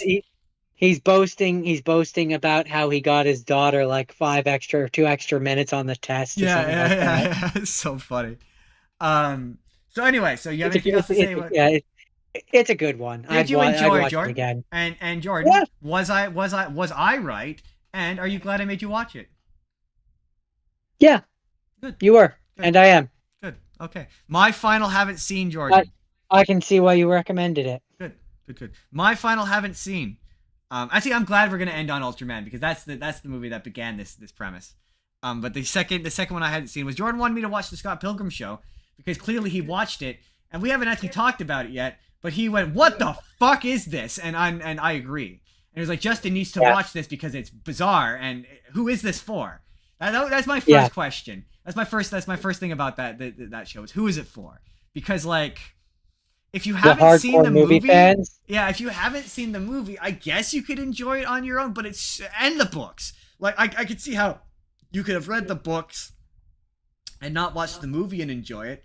But you need prior knowledge of Scott Pilgrim to really get this, because Yeah, like absolutely. Because like it.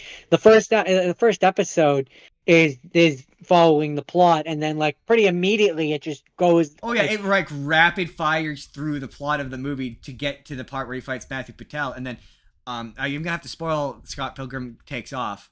So I liked it three, overall. two, Um, one. I liked it overall. It was So great. It was good. I enjoyed it. I like the twists it took. I like the stuff that they did with the characters. It's interesting because they actually get to be characters in this. And I love the place that it ends. That having been said, it very much just kind of exists to answer all of the criticisms anyone has ever made about Scott Pilgrim, including all of the criticisms I made earlier in this episode, where I said that the movie doesn't explain anything or it doesn't detail any of how this works or anything like that. This show very much does. It very much exists. You know how if you were you uncomfortable with the fact that Scott dates a 17-year-old? Yeah, the show pretty much skips right over that bit.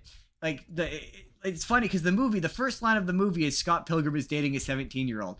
Not in this. You see Knives Chow like once in the first episode, and she's briefly mentioned as Scott's girlfriend, and then I think in like. I mean, On, she's described as Scott's kind of sort of not really a that they're girlfriend not really girlfriend. in They the haven't done they maybe held they hands go once, out so of it's their way okay. to make it explicitly clear that they have done nothing sexual. They're like they haven't even held hands, they've never kissed, they've never, and the movie does it too, but this show really draws attention to it. And so big twist at the end of the first episode, Scott loses to Matthew Patel. That's He not supposed dies. to happen. He dies. And so then the show, I guess, is called Scott Pilgrim Takes Off because that's what he does. He just kind of takes off for 3 or 4 episodes and is And gone. and then it becomes the Ramona Flowers And show. then it turns into the Ramona Flowers show, and it's basically serves to answer all of the like, oh, you know how everyone accused the ex-boyfriends of not really being characters and just kind of being plot devices? Well, now they get to be characters. Each of them gets moments in their episodes, and like they get to expand these characters, like give them characteristics and like character flaws, and like I enjoyed what they did. I love this third episode where like you get to see them hang out and like you actually get to see the evil ex-boyfriends and girlfriend like interact. I like the fact that the girlfriend actually gets to be a character, and like I enjoyed that Ramona gets to reconcile with all of them. Right? I think that's really that's kind of neat, and I like I like some of the reveals. Like I like the reveal that Gideon is from the same high school as he winds up with Julie. Julie, who turns out to also be evil. I like that. Yeah, I like that they kind of are forced to face what each of them is and why them and Ramona broke up. And I like how by the end of it, they're all friends with Scott. Like it's like Right? yeah. So the end of the end of the series turns out that it turns out that Scott didn't actually die. Spoiler alert. Scott from the future came back. Older future Scott kidnapped him. A future bitterly divorced Scott. Um, yeah. Took him, saved him from getting together with Ramona. Um, and then he takes him. No, Ramona takes him back, and it turns out, even though convincing him not to, he still winds up with Ramona anyway. So then an even further future of Scott. And the thing is, for all my criticism of being like, oh, the movie, it's in the real world, all of the mechanics of how the world works, you need to explain it then. Because now it's now an anime, you don't need to do that. Like anime logic is just operates differently than real logic. So like, yeah, these characters can do all this mystical, magical stuff, but you don't need to explain it. And they also explain the rules of how the league works and how official league fights work, because Matthew Patel and Gideon have one. And it's a really cool fight. And the animation is really cool looking. It's really ironic to me that it's just full blown. It's made in Japan. Like it's animated in Japan. It's like it's made directed by Japanese people. They have like a fight an episode too, and you don't just get to see the league guys fight, but you get to see some of the other stuff and like as well, and it's just Yeah, it's very beautifully animated Yeah, too. and like it's really cool how initially I was off put by the fact that the original cast came back, but I as a point of criticism, it's distracting that some of them sound weird, sound different. Like Matthew Patel doesn't sound right, and Scott Pilgrim doesn't sound right. And it would be fine. I wouldn't take issue with that if they were all doing something different. But half of them, like you just are doing the same performance you did in the movie, and it just doesn't. For me, the amount that it It bothers me pulled me out of depends. it a little bit. The amount that it bothers me depends largely on how much the character was in the original movie. So, like, Scott sounding weird bothers me, for example, more than Matthew Patel sounding weird, because Matthew Patel was in like one scene for 5 minutes. That's fair. I can see why you would say that. But like, yeah, Scott Pilgrim does sound different, and that does. And then It's at the weird. end, Scott Pilgrim goes to Knives and is like, "Yeah, I should never have dated a 17-year-old. I probably shouldn't have dated you to begin with. At least that's what I'm told." And when you know that like this show is written by the guy who wrote the original comic, you're like, "Yeah, man, the story never reconciles with the fact that he's. It's not like he's 18 or like 19. He's like 22. He's far enough into adulthood that like That's weird. that's weird because like How did they meet? Like, like, was he just hanging around the Catholic schoolgirl waiting for someone to come out that he could predatorily start right? coincidentally hanging out with? Like, yeah, And it's it's made weird. all the more weird by the fact that she doesn't need to be 17. She could be 18. And then like the weirdness could be on the fact that she's still in high school, not the fact that she's a minor. Yeah. Like, not to say that him dating a high schooler isn't of itself weird, but the narrative draws enough of attention to the fact that it's weird that you can kind of be like, yeah, it's weird. And he's also my criticism of Michael Cera not having any charisma. He has so much charisma. The character is completely different in this. He's got more of a he reminded me of someone in particular. That tells me that it's maybe not the actor who was the issue in the movie, but it was the writing that was the issue. Maybe, but what's even another funny bit? So future Scott, no, not future Scott. Future Ramona comes from the future because she discovers that she can travel through time, by using this subspace highway. Oh yeah, that's the other thing they cut out of the movie. Her usage of she has her DeLorean rocket boots, which let her go 88 miles per hour. If she gets up to 88 miles per hour, she can travel to the past. So she goes to the past and basically gives her the plot of the original, gives young Neil, the plot of the original movie. And Edgar Wrong, played by Edgar Wright, the original director of the movie, shows up to make the movie, which ultimately fails. And then they make a documentary about how the movie ultimately fails.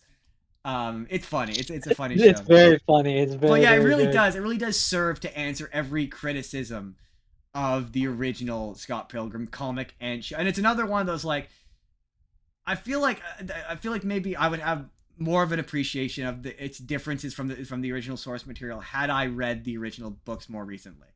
That the show felt that way fair. too. That's fair. Yeah, the ending where everyone hugs and they're all friends. It's like, yeah, and there's this new timeline where although I did enjoy the fact that in the original timeline he's still the fact that the twins actually get to be a character they get to be characters in this. I love their robot who just exists in all of time and can witness all of time all at once. And they're like, yeah, right? he said that I love the ending where the last episode where he comes back and he tries to fight them all again. And they're all like, nah, man, the moment's passed. Like, that's where we've all moved on. Or he goes to fight the twins and like, yeah, a robot says we're bros in the future, so it's all good, man. We're cool, man. We're good. Yeah. And the rest of them are like, nah, man, we've kind of moved on. We've reconciled with Ramona. We're good. Yeah, we're all good, man. I do kind of wish that they had kind of explained like so when he gets turned into coins, he's dead. Like they have a funeral and everything, and they all seem to be kind of ambivalent towards the fact that he's dead. But like he's dead. So like, what happens when is it literally like you're dead? You go to the spirit world. Like what happens when you get turned into coins? Like you die. You're just dead. Yeah. Well, actually, I think what they actually say is in that show, I believe they say. Typically, after the fight, you wait to respawn. Yeah, because he's friends with the twins and he coins the twins. Right. So they obviously came back to life. And Gideon is in that future too. You see Gideon. He's So like I think the implication is that you typically come back. So you don't die typically. And I guess maybe that's what made this with Scott and this weird, is it's like he shouldn't have died, he should have respawned after the fight. right. I also appreciated how they explain why he's living with With Wallace. Wallace. It's like, oh, he just kind of stayed. He crashed there after he broke up with Envy, and he never left. Like that. Those are Yeah. moments where I'm like, I feel like, yeah, this is stuff from the original book, where they've Yeah. explained, Yeah. they fleshed out these relationships just a bit more. But overall, yeah, I liked it. But it's hard for me to be like, it's hard for me. Unlike searching, it's hard for me to be like, I recommend this to people because you kind of have to be aware of Scott. I don't think if you're unfamiliar with Scott Pilgrim, I don't think it's gonna mean as much. I don't think it's gonna I hit think as you hard. I think you have to watch the movie, and then if you've watched the movie, you can watch this. I think it'll help. I do. Yeah, the movie with the bare minimum, the movie. Yeah, definitely. Yeah. Um, Yeah. but that's it. That was Scott Pilgrim takes off. He sure did take off in that show. Um, That I he could- did. I could see how people, and I don't know if they were. I don't remember. I don't remember the Discord because I tried. I heard there was a big spoiler, which I'm so glad I avoided all of the spoilers for this show. But I heard there was a big spoiler, and when I heard there was a big spoiler, um, I avoided all the discourse from it. But I'd be interested to know people who are fans of the original. Were they disappointed by this? Like I'm not a super huge fan of Scott Pilgrim. I like the movie, but I'm not a huge fan of it. So like I'm not disappointed that it wasn't just a one-to-one adaptation of the comic or the movie, but in animated form. Do you think? I mean, are you disappointed that it's not that? And do you think that Scott Pilgrim fans would be disappointed by that? Are they looking for a show that answers all those questions? I think that my opinion would be that it would have depended on. I didn't watch any of the trailers or see how it was marketed. If it was marketed like, oh, this is just the story, then yeah, I could see people being a little peeved that it pretty immediately goes off and does its own thing. I think having the original voice cast definitely probably would help soften it. Yeah, I would agree with that. But like I think if it was marketed as it's its own thing and it's a mystery, then I think people would appreciate it for what it was. Real quick before I wrap this up and we move on to Ultraman Rising, the one thing for me that the reason why I went, oh, he sings his own songs is because when I was Brie Larson doesn't sing in this show. Again, I think she sings in the original movie, but Envy's got a different singing voice because she does a cover of I will remember you, which I thought was very funny. Envy sang at his wedding, or at his funeral. But the guy who plays Steven Stills, the reason why I went, oh, he does his own singing because they have new Sex Bomb songs in this show, and I was like, man, it sounds just like the original movie. Is that him singing? And yeah, sure enough, it's him singing. He sings in this too. That's funny. Yeah, I wouldn't have guessed that. So Jordan, ask me the questions you want to ask me. Did I? I see the idea. For me when I watched it and that scene happened and Scott disappeared, I was like, wait, what? No, that's not how this is supposed to go. That's wrong. I was like, wait, what? I actually went back and I was like, wait, what? What just happened? Like I had to do like a double take because I was like, wait, what? That's not what's supposed to happen. That's not how this story's supposed to go. Wait. What did I miss? Beep. So with that, we got to move on. To the thing, the movie that is the reason why this episode happened, Jordan. We have to talk about Ultraman Rising. Now, we're gonna skip right to the end, Jordan. Was I correct? Is this a good one? It is, and did it live up to the hype that I set for it? I mean, I really enjoyed it, and I thought it was very, very cute. Cute. It gets there, man. It gets there for me. I got emotional. Yeah. So do non-spoiler thoughts first, and then we're gonna jump into some spoilers. Non-spoiler thoughts. If you've never seen anything Ultraman, this is kind of your baby toe. It's my baby's toes into it. I have questions. Okay, fair enough. I maybe can answer some of them. I'm not crazy familiar with Ultraman, but no, and I don't know. It's just there felt like there was maybe references that I'm not getting because I'm not big on Ultraman. But can I get into spoilers? So non spoilers, real quick. One sentence or less. What did you think of it? Non spoilers, and then we'll jump into the spoilers. Oh, I liked it. Okay. Well, before we jump into spoilers, let me ask you: do you agree with my sentiment that it is Ultraman by way of Spider Verse? I can see why you would make that comparison. I don't think it has enough Ultramen to be kind of in that same. It's not multiversal.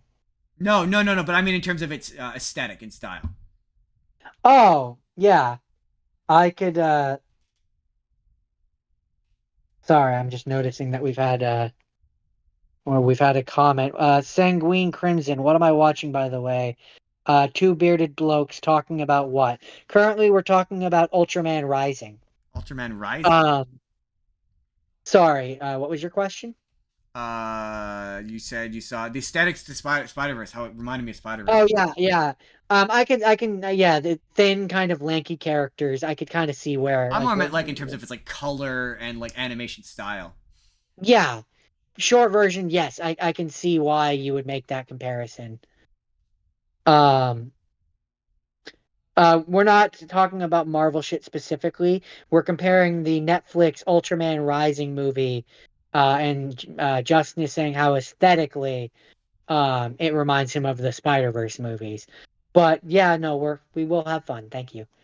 Um, but can I get into spoilers now? Yes, absolutely. Let us spoil the shit out of this. Movie's fucking great. Just number one. I've been waiting a week to Um, talk about this movie in spoilers because it is really good, and it's a movie you can so absolutely spoil.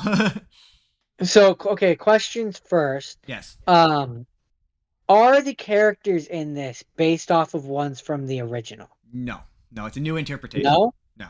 Okay. It it, So it, like it utilizes like ideas from Ultraman. So the notion that a guy turns into Ultraman and there's the kaiju fighting force. There's always a yeah. variation of the kaiju fighting force. Like I knew that the kaiju fighting force. I know in one of them it's the science squad. Yeah.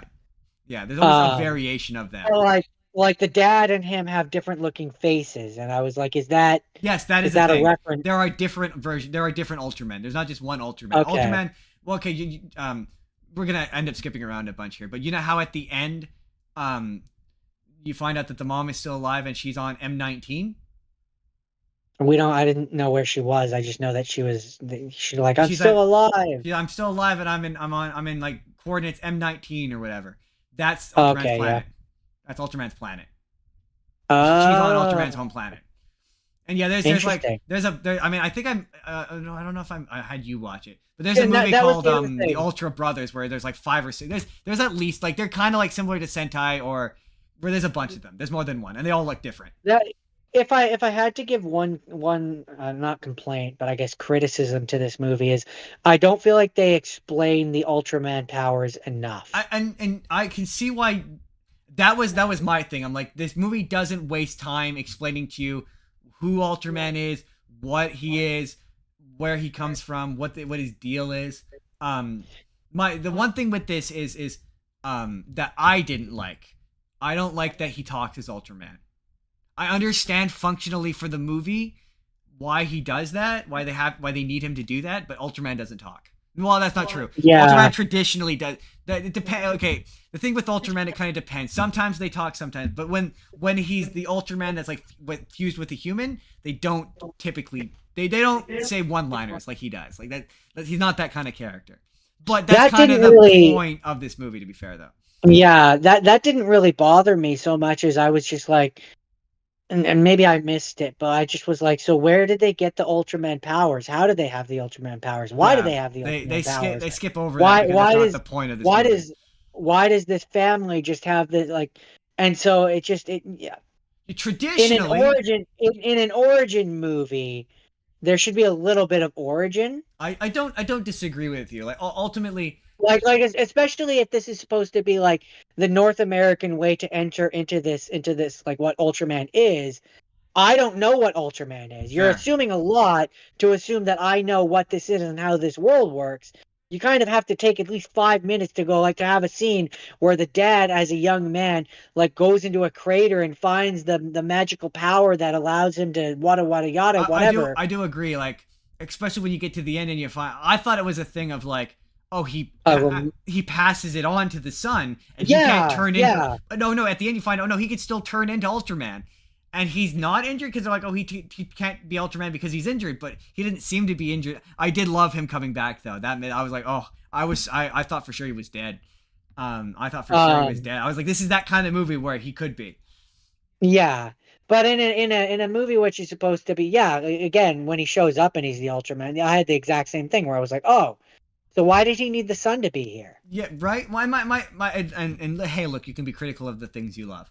But my thing was like, as a person who knows Ultraman, I had similar questions to you, where I'm like, Ultraman is traditionally his own person. So like, when you see a human turn into Ultraman, they're not turning it like. They're being possessed essentially. Yeah, like yeah, Thor. yeah, kind of, yeah. Where Ultraman, in order to function on Earth, needs to bond with a human, and so when he turns into Ultraman, that's Ultraman coming out. So it's like a combination of Ultraman and the person, but the Ultraman himself is his own being. If that makes any sense. Yeah. And in Shin Ultraman, they kind of do away with that by having it where he possesses the human, and so Ultraman is possessing the human, and he can turn into Ultraman. And so when he's human, he's still technically Ultraman, but he just has the appearance of a human. Here, it's like, yeah, it appears when he turns into Ultraman, it's like It kind of just feels like weird, an Iron yeah. Man suit. Kind of, yeah, kind of. And you're right, it is. Like, and mostly they usually have a device like that turns them into Ultraman, like a stick or like a power, like a. Like I guess my issue is that in this version it because they haven't explained what it is, it just makes me go like, okay, so did they invent the technology? Right, Like, right. is this a thing that they have created, or is it supposed to be an alien thing? Because if it's supposed to be an alien thing, they haven't explained that, and maybe they'll do that in the sequel. I don't That's what I know. figure. I figure the sequel's probably, especially if they're going to his planet. That indicates to me that it's going to get more into Ultraman's origins, and And I so feel then, like this isn't the point of this movie. It's more about to be his like the relationships between the characters than the nitty gritty of exactly yeah. how he works. And so then, my other question, as a person who knows nothing about Ultraman, the monsters that are in this one, are any of them like pre-established Ultraman monsters? I believe so. This is where I'm not crazy familiar with Ultraman, but I believe, I don't know if in appearance, but I believe by name, the one that is the one That that the is, dad was fighting? yeah, the mom, the mother of the baby that he finds. I Oh, believe, the dragon. yeah, I recognize the name, so I believe that is a classic Ultraman villain. But the notion that they're not evil is new for this movie. Um, They're usually evil. That's their whole thing. And they're usually, well, um, they're evil and they're sent by the bad guy. That's usually how it yeah. works. Whereas in this version, it's more Godzilla rules, where they're just monsters, They're, like they're yeah, just creatures. they're just and I quite, that's one of the things I love. I love the fact that Ultraman, he's more of a equalizer. Like, he reminds me of Godzilla. Like, if I'm like, if you were to do Ultraman American in live action, this is kind of how I would do it. Where it's like, he's kind of similar to Godzilla in that he creates balance. Like, he doesn't kill the kaiju, he just prevents them from hurting themselves and everyone else. And I like that a lot. He's essentially a big shepherd. He Yeah, shepherds them away. yeah, I really like that. I like that element of it where, yeah, where it And just then makes it the interesting. baby, the whole baby monster thing, aspect of it, Oh, it's so because cute. I have to admit, up until that, like up until the moment where the egg hatches and he has the little baby thing, when they're fighting the big dragon or whatever, and the bad guys are like, kill it, and Ultraman is like trying to stop it. I'm like, but why?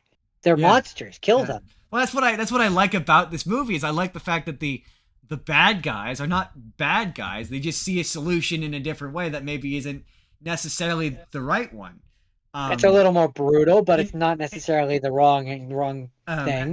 like, yeah, the action sequences are so good. Like it really solves that problem that Ultraman has because it's animated.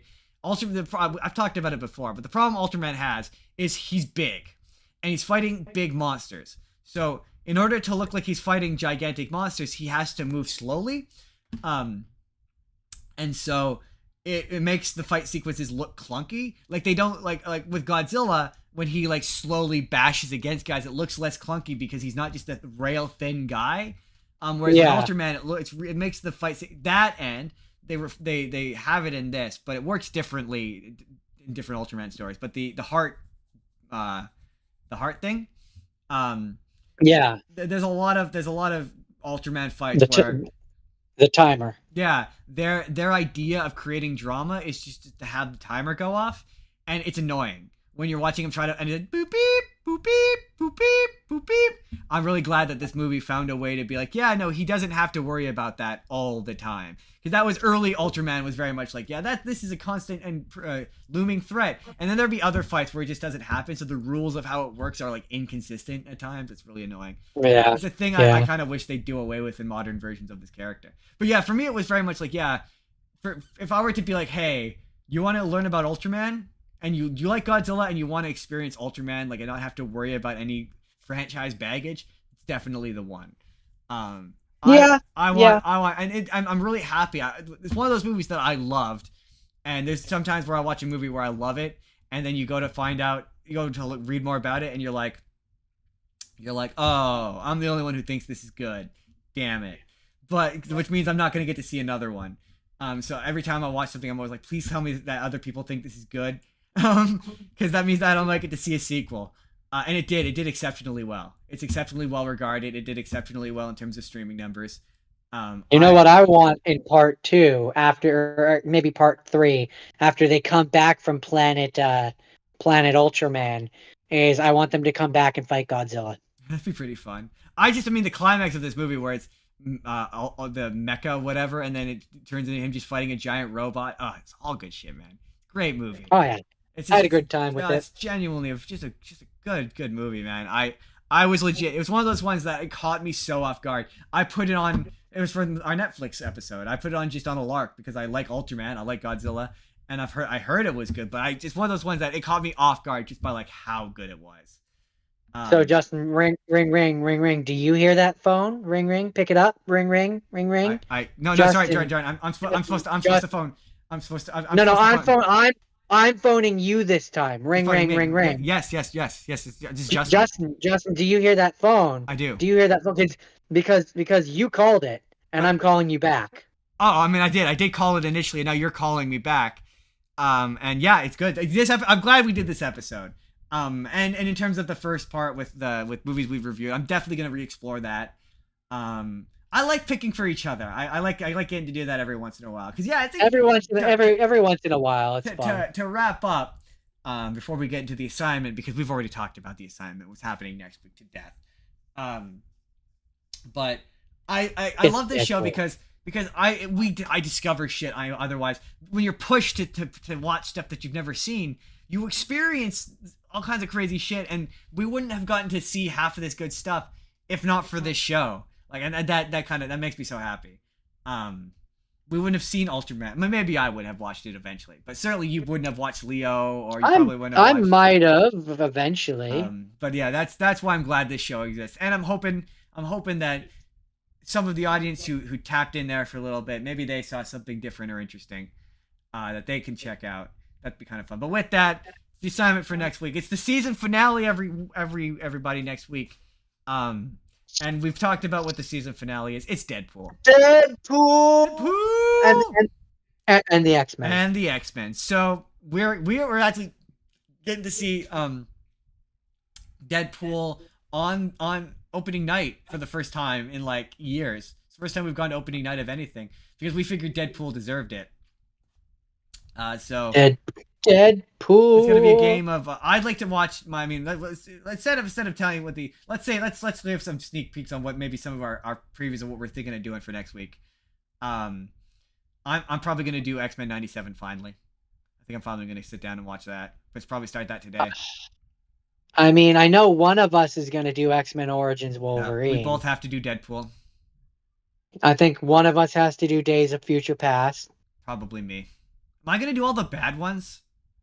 I mean, only if you subject yourself to that. I kind of want to watch the three that I kind of want to watch the first one. The two that I kind of feel that I have to do potentially maybe as unseen ones are Apocalypse and Dark Phoenix. Yeah. Well, yeah, you have to. I mean, you still need have not seen. So yeah, you're lucky. You haven't seen 2 of the X-Men movies. I'm gonna have to do a whole show, and I'm probably gonna do Wolverine versus X-Men as well because I haven't seen that. I've never actually seen it. And But if you want to see what we're gonna actually pick, you'll have to show up. yeah. I don't know. I don't know if I'm gonna do all the first 3 X-Men's. I think I might just do X-Men 1, just because I feel like And technically, I only have to do one of those 2 because the other have not seen is going to be Deadpool 3. So yeah, but I think Deadpool 3 is gonna get its own special section. So we'll just. God damn you, man! Yeah, God damn you and your rules and arbitrary. Rules. Right, I change it to keep it. I like making things difficult for Jordan. That's 90% of this show. But that's it. That's next week, Deadpool, and then we're gonna be off for a week after that. We get a free week to watch whatever we want, unrestricted, and then we will be back, with Japan for our season 3 premiere, part 1 and 2. We're going back to Japan for some anime. We may have a special guest join us for that. It's gonna be fun. And then we're gonna go back to live action. I'm gonna watch Ultraman. I'm gonna watch an Ultraman series. Jordan's gonna watch Gokaiger, and we're gonna talk some live action stuff. Pirate Sentai ho! And yeah, that's gonna be fun. That's gonna come back for that. And then yeah, it's gonna be season 3. Look forward to the season finale next week. Jordan, where can people find you if they didn't already know?